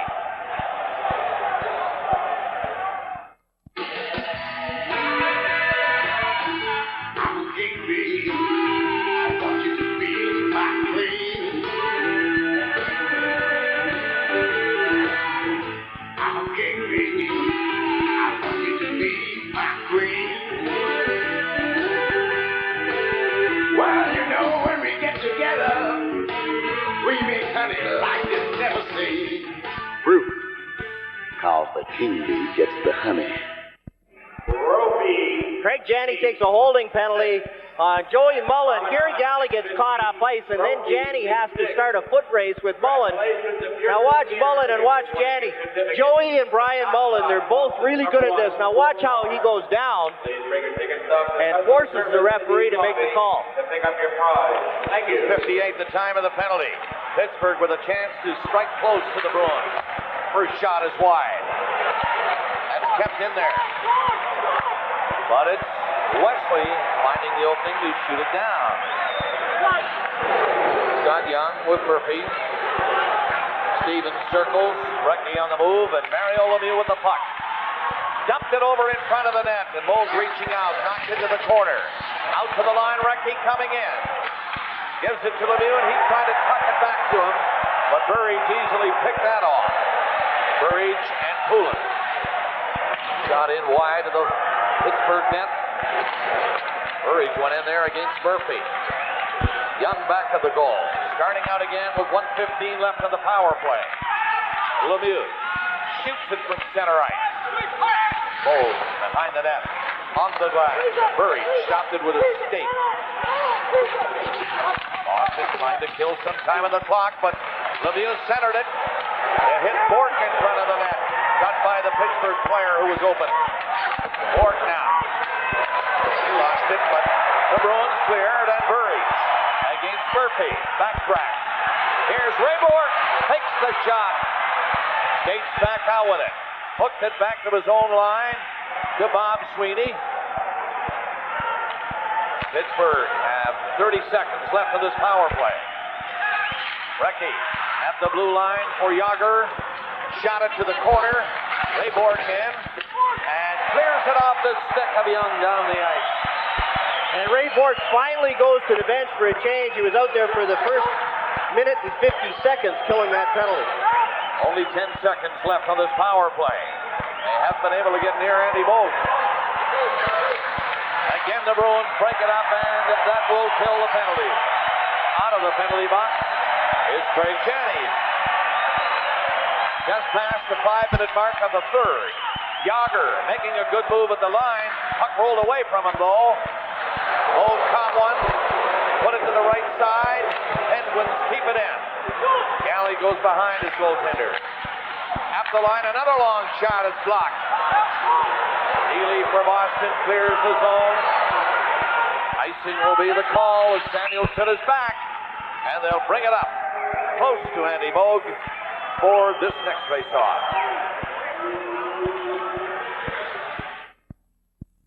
Banks couldn't do it. Other big trust companies couldn't do it. It took Canada Trust to create the biggest mortgage breakthrough in a decade. The remarkable split-level mortgage, the ultimate in mortgage control and flexibility. Don't even think about renewing your mortgage without talking to us. Plus, you'll learn about our special offer, a 1% rate reduction. The split-level mortgage, only at Canada Trust. One of the numbers retired by the Bruins honors the great Eddie Shore, number 2, and a man who played with Eddie Shore here in Boston is Bill Flash Holland, who lives in Mississauga and who recently celebrated his 80th birthday, and we understand is a fan of Hockey Night in Canada. Flash Holland played here in Boston with the Bruins from 1935 to 44. Was the first All-Star in Detroit in 45. Also played for Toronto, and we wish him belated happy birthday and happy viewing of your favorite sport. Puck centered in front of the net. Yager nearly jammed one in. And Moog, again unbeatable. He was right in front of Andy Moog and had him, it appeared, at his mercy. But no, Moog comes up big again. Moog has come up with a couple of big saves here after the first period when both goaltenders really didn't have much chance on the goals that went in. Now Andy Moog has come up with the big save. Here's Yager, and what quick hands Yager has. Look at the positioning Yager had, the puck bouncing, and he still got a piece of it. Andy Moog showed his quick reactions, getting the leg out to make the save. Boston 4, Pittsburgh 2. Coming up to the 6-minute mark of the third period. That one nearly caught the far corner. Deflected in front of Moog. Neely with 2 goals on the night. Up with Christian. Trying to give it to him. Christian was covered by Erie. Bob Erie starting Pittsburgh back again. Yager strides to center. Goes up over the line. Hangs onto it. Put a pass in behind Murphy. Murphy stopped it at the blue line now. Long shot. Score! Deflected in front of the net. Might have been Erie who got his stick on it. On the shot by Murphy at the blue line. And they're close now, 4-3. Play by Larry Murphy. Spotted Erie in front. And Erie about 25 feet out with the stick on the ice. Now watch right there. Janney coughs it up. And watch Bob Erie. In good position. Stick down, low shot by Larry Murphy, and look at that, no chance for Andy Moog on the tip in by Erie. scores on the Penguins' sixth shot of this period. John, Boston hasn't taken a shot in this period. Now, I don't know if you've seen a trend. They were up by 2. Now it's 4-3, so their lead's been cut. Maybe they came out and said, okay, let's just nurse a 2-goal lead. We've had a timeout called here. I don't know which team has called it. And the Bruins have called it. But the Bruins certainly haven't been storming. They have the 2-goal lead that's now 1. Look at Bob Erie get in position, and Murphy with the nice low shot. Look at Murphy, nice low shot, easy tip in for Bob Erie on his forehand, and absolutely no chance for Andy Moog on that one. So Erie scores from Murphy at 6:08 here in the third period. And Pittsburgh make it close again.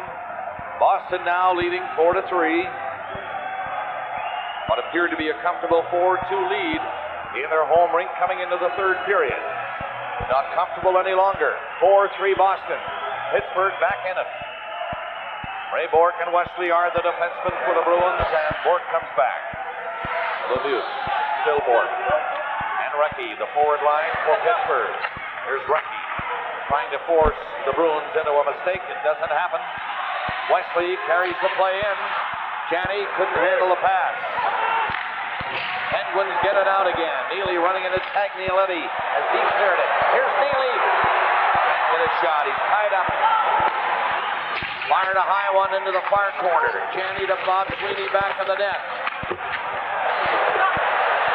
Phil Bourque is knocked down by Sweeney.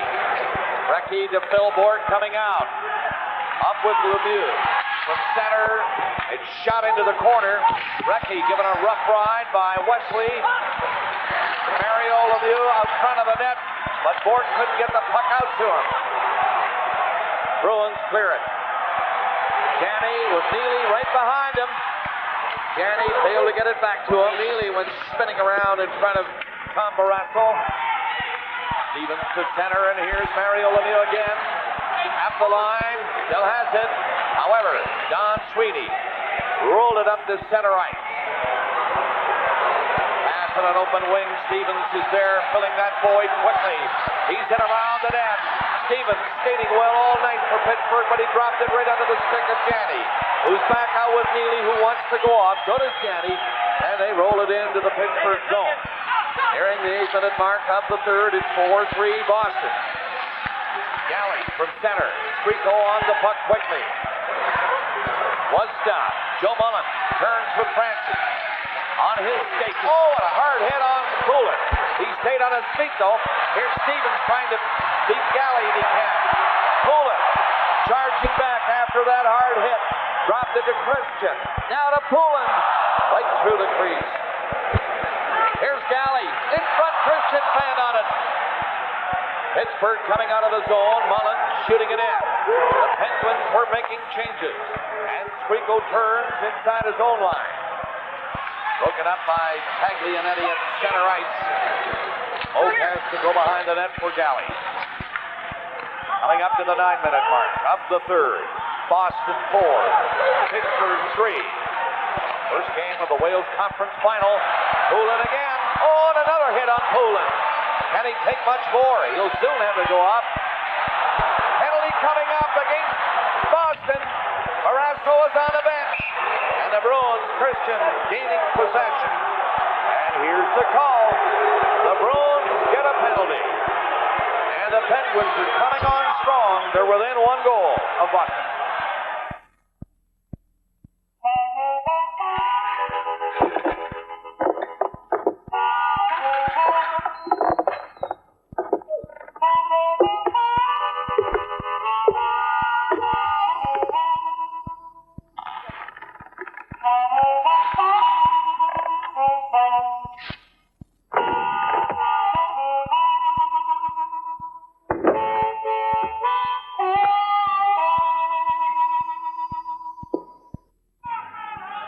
Bob Cole wondered if Dave Poulin could take much more of the kind of treatment he was getting from Pittsburgh, especially from Oak Samuelson. Now here it is here. He's held up from behind, and Samuelson drills him. And a few seconds later, Poulin on the retaliation, heading up ice, and there gets the elbow, stick, whatever, up on Samuelson. He gets a cross-checking penalty. And the Penguins, who trail 4-3, get a power play chance. Mike Milbury, after that timeout, threw out his big line. They had a pretty good shift, but now a retaliation penalty, and his team's in the hole again. Pittsburgh on the draw. Kick loose. Murphy from the blue line. It's tipped in front again by Mullen this time. He was knocked to the ice, and the Bruins clear it all the way down. Young with Murphy turning. Pittsburgh in motion, moving it up to Recchi. Recchi and Lemieux. Back to Recchi. Man open, Mullen in front of the net. Nobody could get the puck to him. Recchi to Lemieux. Back to the line. Murphy. Shot, screen, and missed. Lemieux again. Back to Murphy. Other side for Young. Murphy strides. Stopped in front by Rayborg. Got it to Burridge. And he backhands the puck down inside the Boston line. 1:15 left of the penalty. 4-3 Boston. Pittsburgh power play. Moving to center, Recchi shoots it in from the blue line. The Bruins are back quickly, but there's Stevenson there again. Stevens stopped by Moog from passing it out front. Lemieux back at the goal. A penalty coming up to Pittsburgh.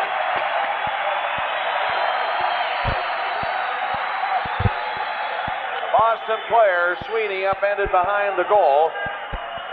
And the power play is over. The Penguins get a penalty.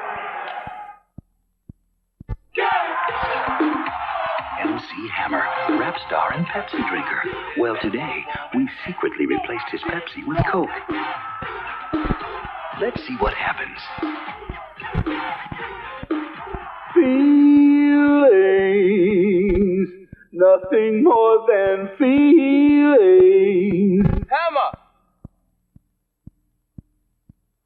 Problem.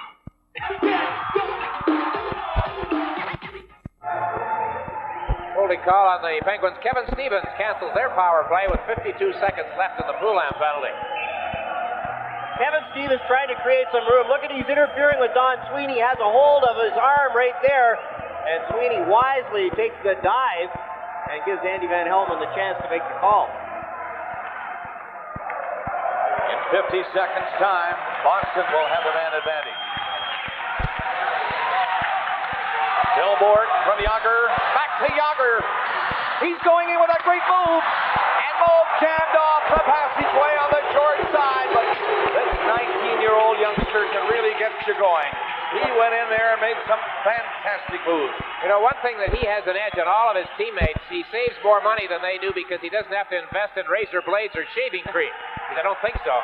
But he scores goals, John, that appear in the highlight packages on sportscasts all over the country. And he'll get one, I guarantee, in this series before it's over. He almost got one right there. Exactly. He had some room, and he went around Don Sweeney. You cannot watch the puck on Yager. Sweeney looked down, and as soon as he did, Yager was right around. And the thing that impresses me, he's just turned 19, 210 pounds already, played all 80 games, wants to play. They have to haul him off the ice after practices.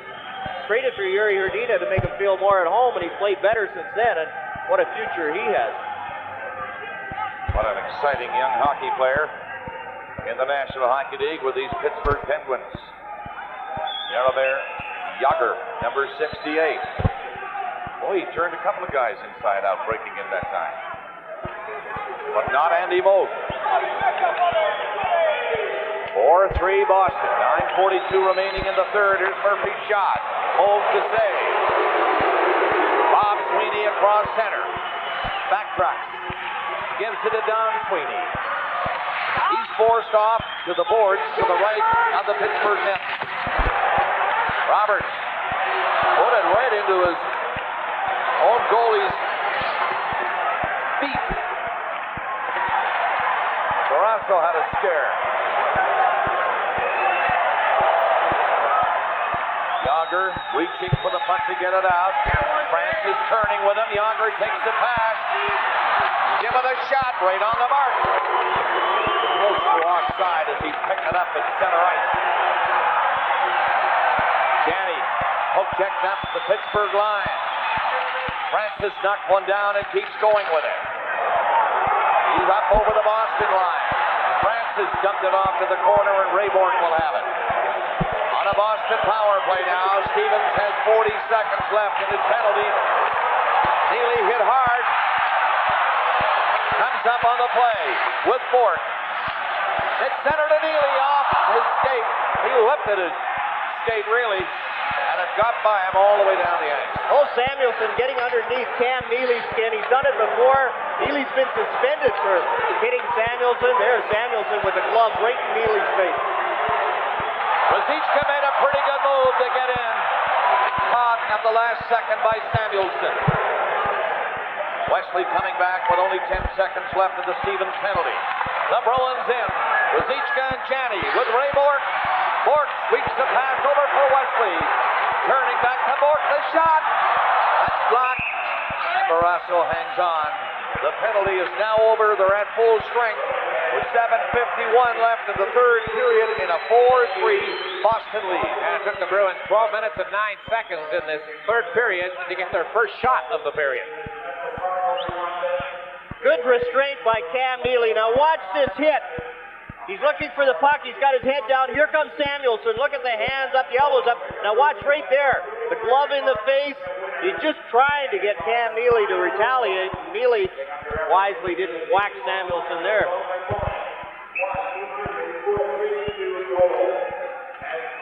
Collision between two Bruins. Neely involved here as well. Look out. Rosichka, who got the worst of that one, was the other player. Roberts around the net for Pittsburgh. Here comes Poulin stealing it for Boston. Out front, score! Great play by Poulin to Christian.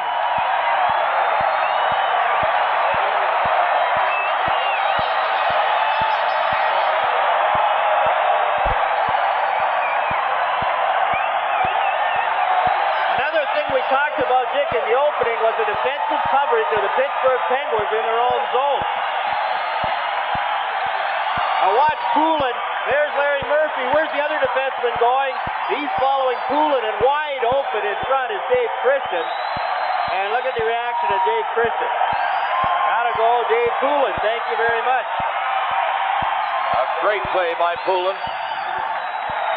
12-17 the time of the goal. Rico now. Go. No. Hit the side of the net. Everybody thought it was in. Barrasso fanned on it, but luckily it just missed the post. Or that would be it. It's a 2-goal lead now as it stands for Boston.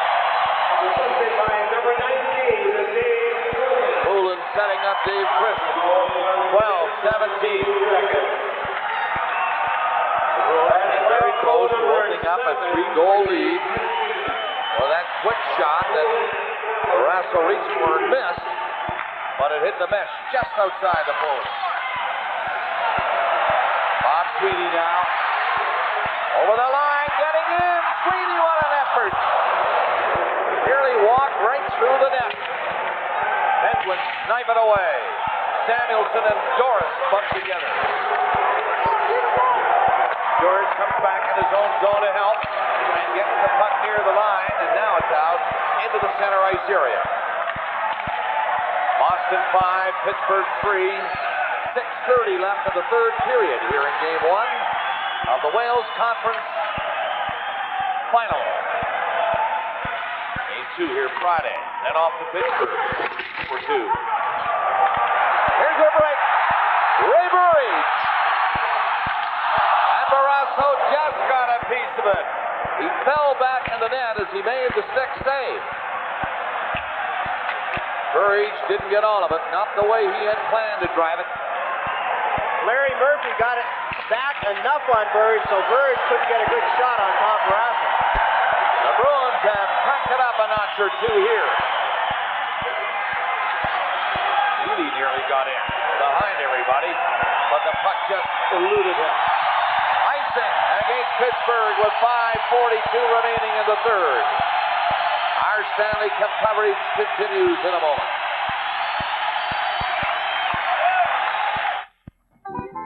Andre? Where is he? Hey, Ed, have you seen Andre? Do you know where Andre is? Andre, where have you been? We've been looking everywhere for you. Yeah, I was out for a little bit of fresh air. Is there a problem, Craig? No problem. you'll enjoy your visit to Andre Lanoux Pontiac Buick in Tilbury. Now the Boston Gardens come to life. The Penguins have just received their second penalty of the game for too many men on the ice. There's Randy Burridge on the Boston bench, and here's the chance he had. As John mentioned, number 55, Larry Murphy, gets back just enough in position to knock him a touch off stride. He didn't get all he wanted to leading into the shot. Good play by Murphy to get back. Now,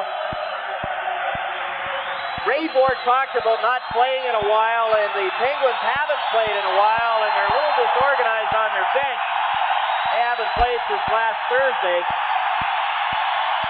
And their second too many men on the ice penalty. You saw Bob Johnson, if you could read his lips, he said, "What happened?" He was confused as everybody else was, but they're shorthanded. That's what's happened. With 5:42 to play, third period, and the Bruins up by 2. Neely, who has 2 goals on the night for Boston, on again with Janney and Strico. Boston power play. Ray Bork at the blue line. Looking for Janney. Finds Strico. Now he gets it to Janney. Janney hangs on to it. Neely drives it. Blocked by Barrasso, and Neely was all ready to fire that one right through everything. He got a lot of wood on it, but right at Barrasso. Minute and a half left in the penalty. 5:10 remaining in the third. The Bruins in this first game, the best of 7, leading 5-3. Wesley shoots it in. Here comes Cam Neely. Dumped it into the corner. Neely again. Tries to skate toward the net, but it's Strico with the puck back of the goal. He's roughed up a bit. Janney goes in to help him. Now Bork. Neely in front. Wesley in close. Strico just missed tipping it in. Bork to Janney. Janney with the puck along the boards. Into the corner to Janney again. Coming for the net now. The pass right in front of the goal. Strico. And Barrasso down at the mercy of Strico, but he couldn't get it up. We were talking about the Penguins making too many passes on their power play. There, Strico tried to throw it back in front to Craig Janney, and Barrasso down and out was able to get the glove on it and make the save. 4:28 left in the third, and 47 seconds on the power play. Well, we had the Cam and Oak show again earlier in the power play. Samuelson took a run at Neely at a point just inside the Pittsburgh line, and when the collision takes place, it's Samuelson who gets the worst of it, and he immediately left the ice and went to the Penguins bench. He's got his head down and shoulder level, and there he gets Cam Neely's shoulder right on the noggin. You can tell he was a little dazed sitting on the bench. Janney, Ruzicka, Neely, Bork, and Wesley. The power unit out there for the Boston Bruins, who are up 5-3, threatening to score again. 47 seconds left in this power play for the Bruins. Neely on the faceoff now. Here's Ron Francis into the corner. Murphy in first with Roberts. Roberts will clear it. Skated to center ice and then lost it. Roberts again, slapped it along the board. Here's Murphy with Mario Lemieux, but it's broken up, and Ray Bork is back out with Ruzicka. Neely coming up behind the play. Ruzicka's shot is bluffed by Barrasso. It was a pretty quick bluff hand, too, by Tom Barrasso. Vladimir Ruzicka's had a pretty good game tonight. 3 assists playing with Janney and Neely. And here's a chance created by Ray Bork jumping up into the play. And look at Ruzicka, tries to fake Barrasso out. Looks like he's going to pass it. And then risks the shot towards the net. Barrasso makes a good glove grab. Well, Tom Barrasso tonight hasn't really been as spectacular as he was in the Washington series. He's played pretty well, but hasn't made the big save for the Pittsburgh Penguins. He's had 21 shots to contend with so far. Pittsburgh has had 30 from Olds. Here's Bork. Shoots, scores. Ray Bork.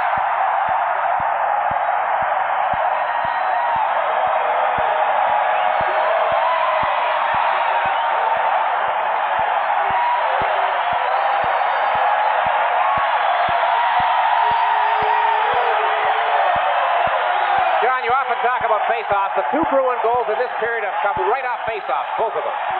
And look at where Ray Bork shoots that one from. He's inside the faceoff dot. One of the best wrist shots in hockey, Ray Bork. And there, he just beat Tom Barrasso. Barrasso saw it all the way, but couldn't react quickly enough to that rocket-like wrist shot of Ray Bork. Here's the time, 16:02. What a beautiful shot by Bork. Over the catching hand of Tom Barrasso. Very top corner. Now it is 6-3 Boston with 3:49 remaining in the period.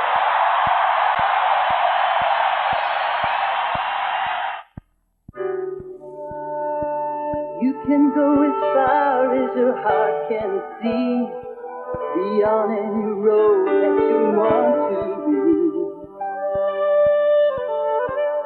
It's your day, you're on your way. Now is the time for celebration. You're on your way with that soul.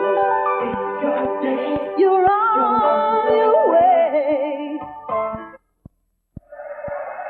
Ray Bork getting Boston's second power play goal of the night. From Wesley and Christian at 16:02. 3:49 left. And that should be enough for these Bruins. They're leading by 3. Samuelson from center. Burridge now back checking in his own zone against Mullen. And Moog will cover off every chance he gets now. Mullen standing there. Now Joey Mullen playing with a protection around his neck, and his appearance in this series and in the playoffs is, in Bob Johnson's words, quite a story. He had a herniated disc removed from his neck in February. He was thought to be finished. Take it easy, Joe. Have a good recuperation. See you at training camp. And here he is back for the playoffs. His answer, he takes it simply. He says, it didn't hurt anymore after the surgery, so I wanted to play again. His brother Brian's playing for Team USA overseas at the World Championship. Of course, they grew up in that hockey hotbed of Hell's Kitchen in New York City. You know? But I tell you, you look at him, Bob, you think back a couple of years to Joey Mullen in that playoff year, 89, when the Flames won the Cup, and what a great player he was for them in the finals against Montreal. You have to wonder how the Flames could give him up just for a second draft choice. Gave up on Mullen. I think they looked at his birth certificate and said, we better change here, and gave up on this 30-something-old Joey Mullen. You know, when Mullen is in the lineup, you're going to get a full effort every second he's out there. Every night. Great competitor. Stevens. Hard shot. And Moog makes that look easy. Hard shot on the short side. And he seems to be in position all the time. Reminds you of Bill Ranford last year in the run he got on and how confident he looked right through the playoffs. And Andy Moog is playing with that kind of confidence right now. 2:50 left in the third period as Lemieux shoots it in. Wesley behind the net, and out is Hamneely, but it slides away from him down the ice. He eyeballs Samuelson coming back for it. Given a couple of rides by Samuelson now in this third period. Samuelson is watching Neely again as he picks it up and brings it in with a quick shot. Barrasso making no mistake. 2:20 remaining. Boston in full control now in this first game, leading 6-3. Neely with 2 goals on the night. In there looking for a third, maybe. It's backhanded into the corner. He's in front of the net. Neely doesn't get the puck goal. Recchi skates out with it. Comes up with Lemieux on his left. Going for the net instead around. Hammond centered it. Lemieux knocked it down. Can't get loose from the check by Bob Sweeney. He was all over it. 1:50 remaining in the third. Mario Lemieux trying to go in. Sweeney again very close to him. Moog out. Keneally down the ice it goes. 1:40 to play. Bruins after a tough, exciting 7-game series against the Montreal Canadiens here tonight. Will take a 1-game lead in this best of 7 for the right to move on into the Stanley Cup Finals. Pittsburgh got the first goal, but the Bruins patiently came back. Pittsburgh in again. Trottier moving up on the play. Yager, backhander,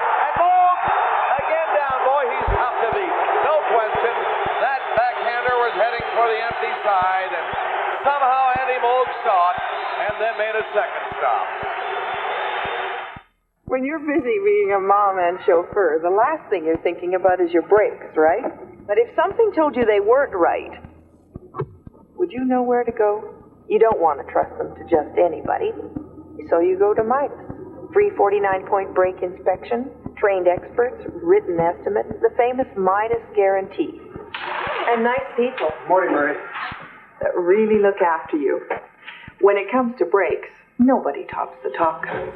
Nobody. Andy Moog shining again for Boston. Helping to protect this lead. Here's Murphy's shot.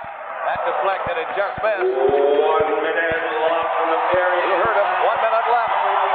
Turning around is Yager. And Poulin got a piece of him. It's cleared the length of the ice. Roberts back, icing against Boston. But only 47 seconds remaining in the third period. And while we were away a moment ago, the goaltending coach on our Hockey Night in Canada team said Andy Moog can be down and apparently out, but he never gives up on the puck. That's right, and I really admire that.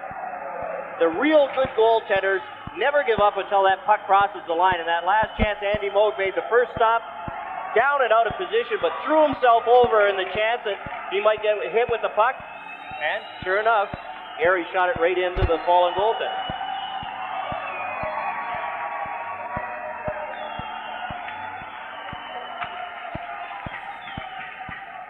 Murphy from the blue line. That's nowhere near the net. Hammond. The Bruins just clear the zone. Strico moving up against Roberts. Roberts lifted a stick. Knew exactly what he would do. He allowed Strico to skate in front of him. 30 seconds to play. But the Bruins are in. Here's Strico right in on goal. And he lifted a high one over the net. Murphy with 18 seconds to play. Now Roberts takes a look at the clock, and Stevens gets across center. Into the 10-second countdown, the Bruins fans at this old Boston Garden are halted at 8 seconds on the offside. They took that television shot. The cameras had Raymond Bourque on the bench after he had scored that last Boston goal, and he was almost like, what, me tired? He still wants to go out there with 8 seconds left. Second game on Friday night here at the Boston Garden for Ray Bourque and company and these Pittsburgh Penguins before the scene will shift for games 3 and 4. Pittsburgh, 5 seconds, and that'll do it. One last shot, maybe. It's off to the corner, and the Bruins win the first game, coming on strong in the third with a 6-3 win. You know, I thought the Bruins were sagging a bit, John. Third period took them 12 minutes plus to get their first shot. 8 seconds after their first shot, they had a big goal, and they seemed to get stronger through that last part of the game. Andy Moog made the big saves in the game when he had to, and Tom Barrasso couldn't. At 6:08 with a 4-2 Boston lead, Erie made it close. Then Christian for Boston, then Bourque on a power play for Boston, and that was all. A final score, Boston 6, Pittsburgh 3. Molson Hockey Night in Canada on CBC was brought to you by Molson Canadian. What beer's all about. By Esso Associates and Imperial Oil. You're on your way with Esso. And by Pepsi. It's got what it takes. Here are the Molson 3 stars of tonight's Bruins victory. Cam Neely tops the list again. He has 14 goals now, 2 tonight. He leads all Stanley Cup goal scorers. Star number 2, his center iceman. Bruins unbeaten when Craig Janney gets a point in these playoffs. He had a goal and 2 assists tonight. And the third star, a local product and the best of the Penguins, was Kevin Stevens with 1 goal. But this was a night for the Bruins to celebrate as they win 6-2 to take the 1-0 lead in the Campbell Conference, or the Wales Conference Championship. Ray Bourque, a big story as well. He had a goal and 2 assists in this play. Our next telecast comes to you on Friday from the Boston Garden, the Penguins and the Bruins. It will be joined in progress for viewers in the East at 9 o'clock Eastern Time. And tomorrow night we'll kick off the Campbell Conference coverage with the Minnesota North Stars playing the Oilers at Northlands Coliseum. 9:30 Eastern. Once again, the final tonight, 6-3 Bruins. Good night from Boston. This is CBC Television.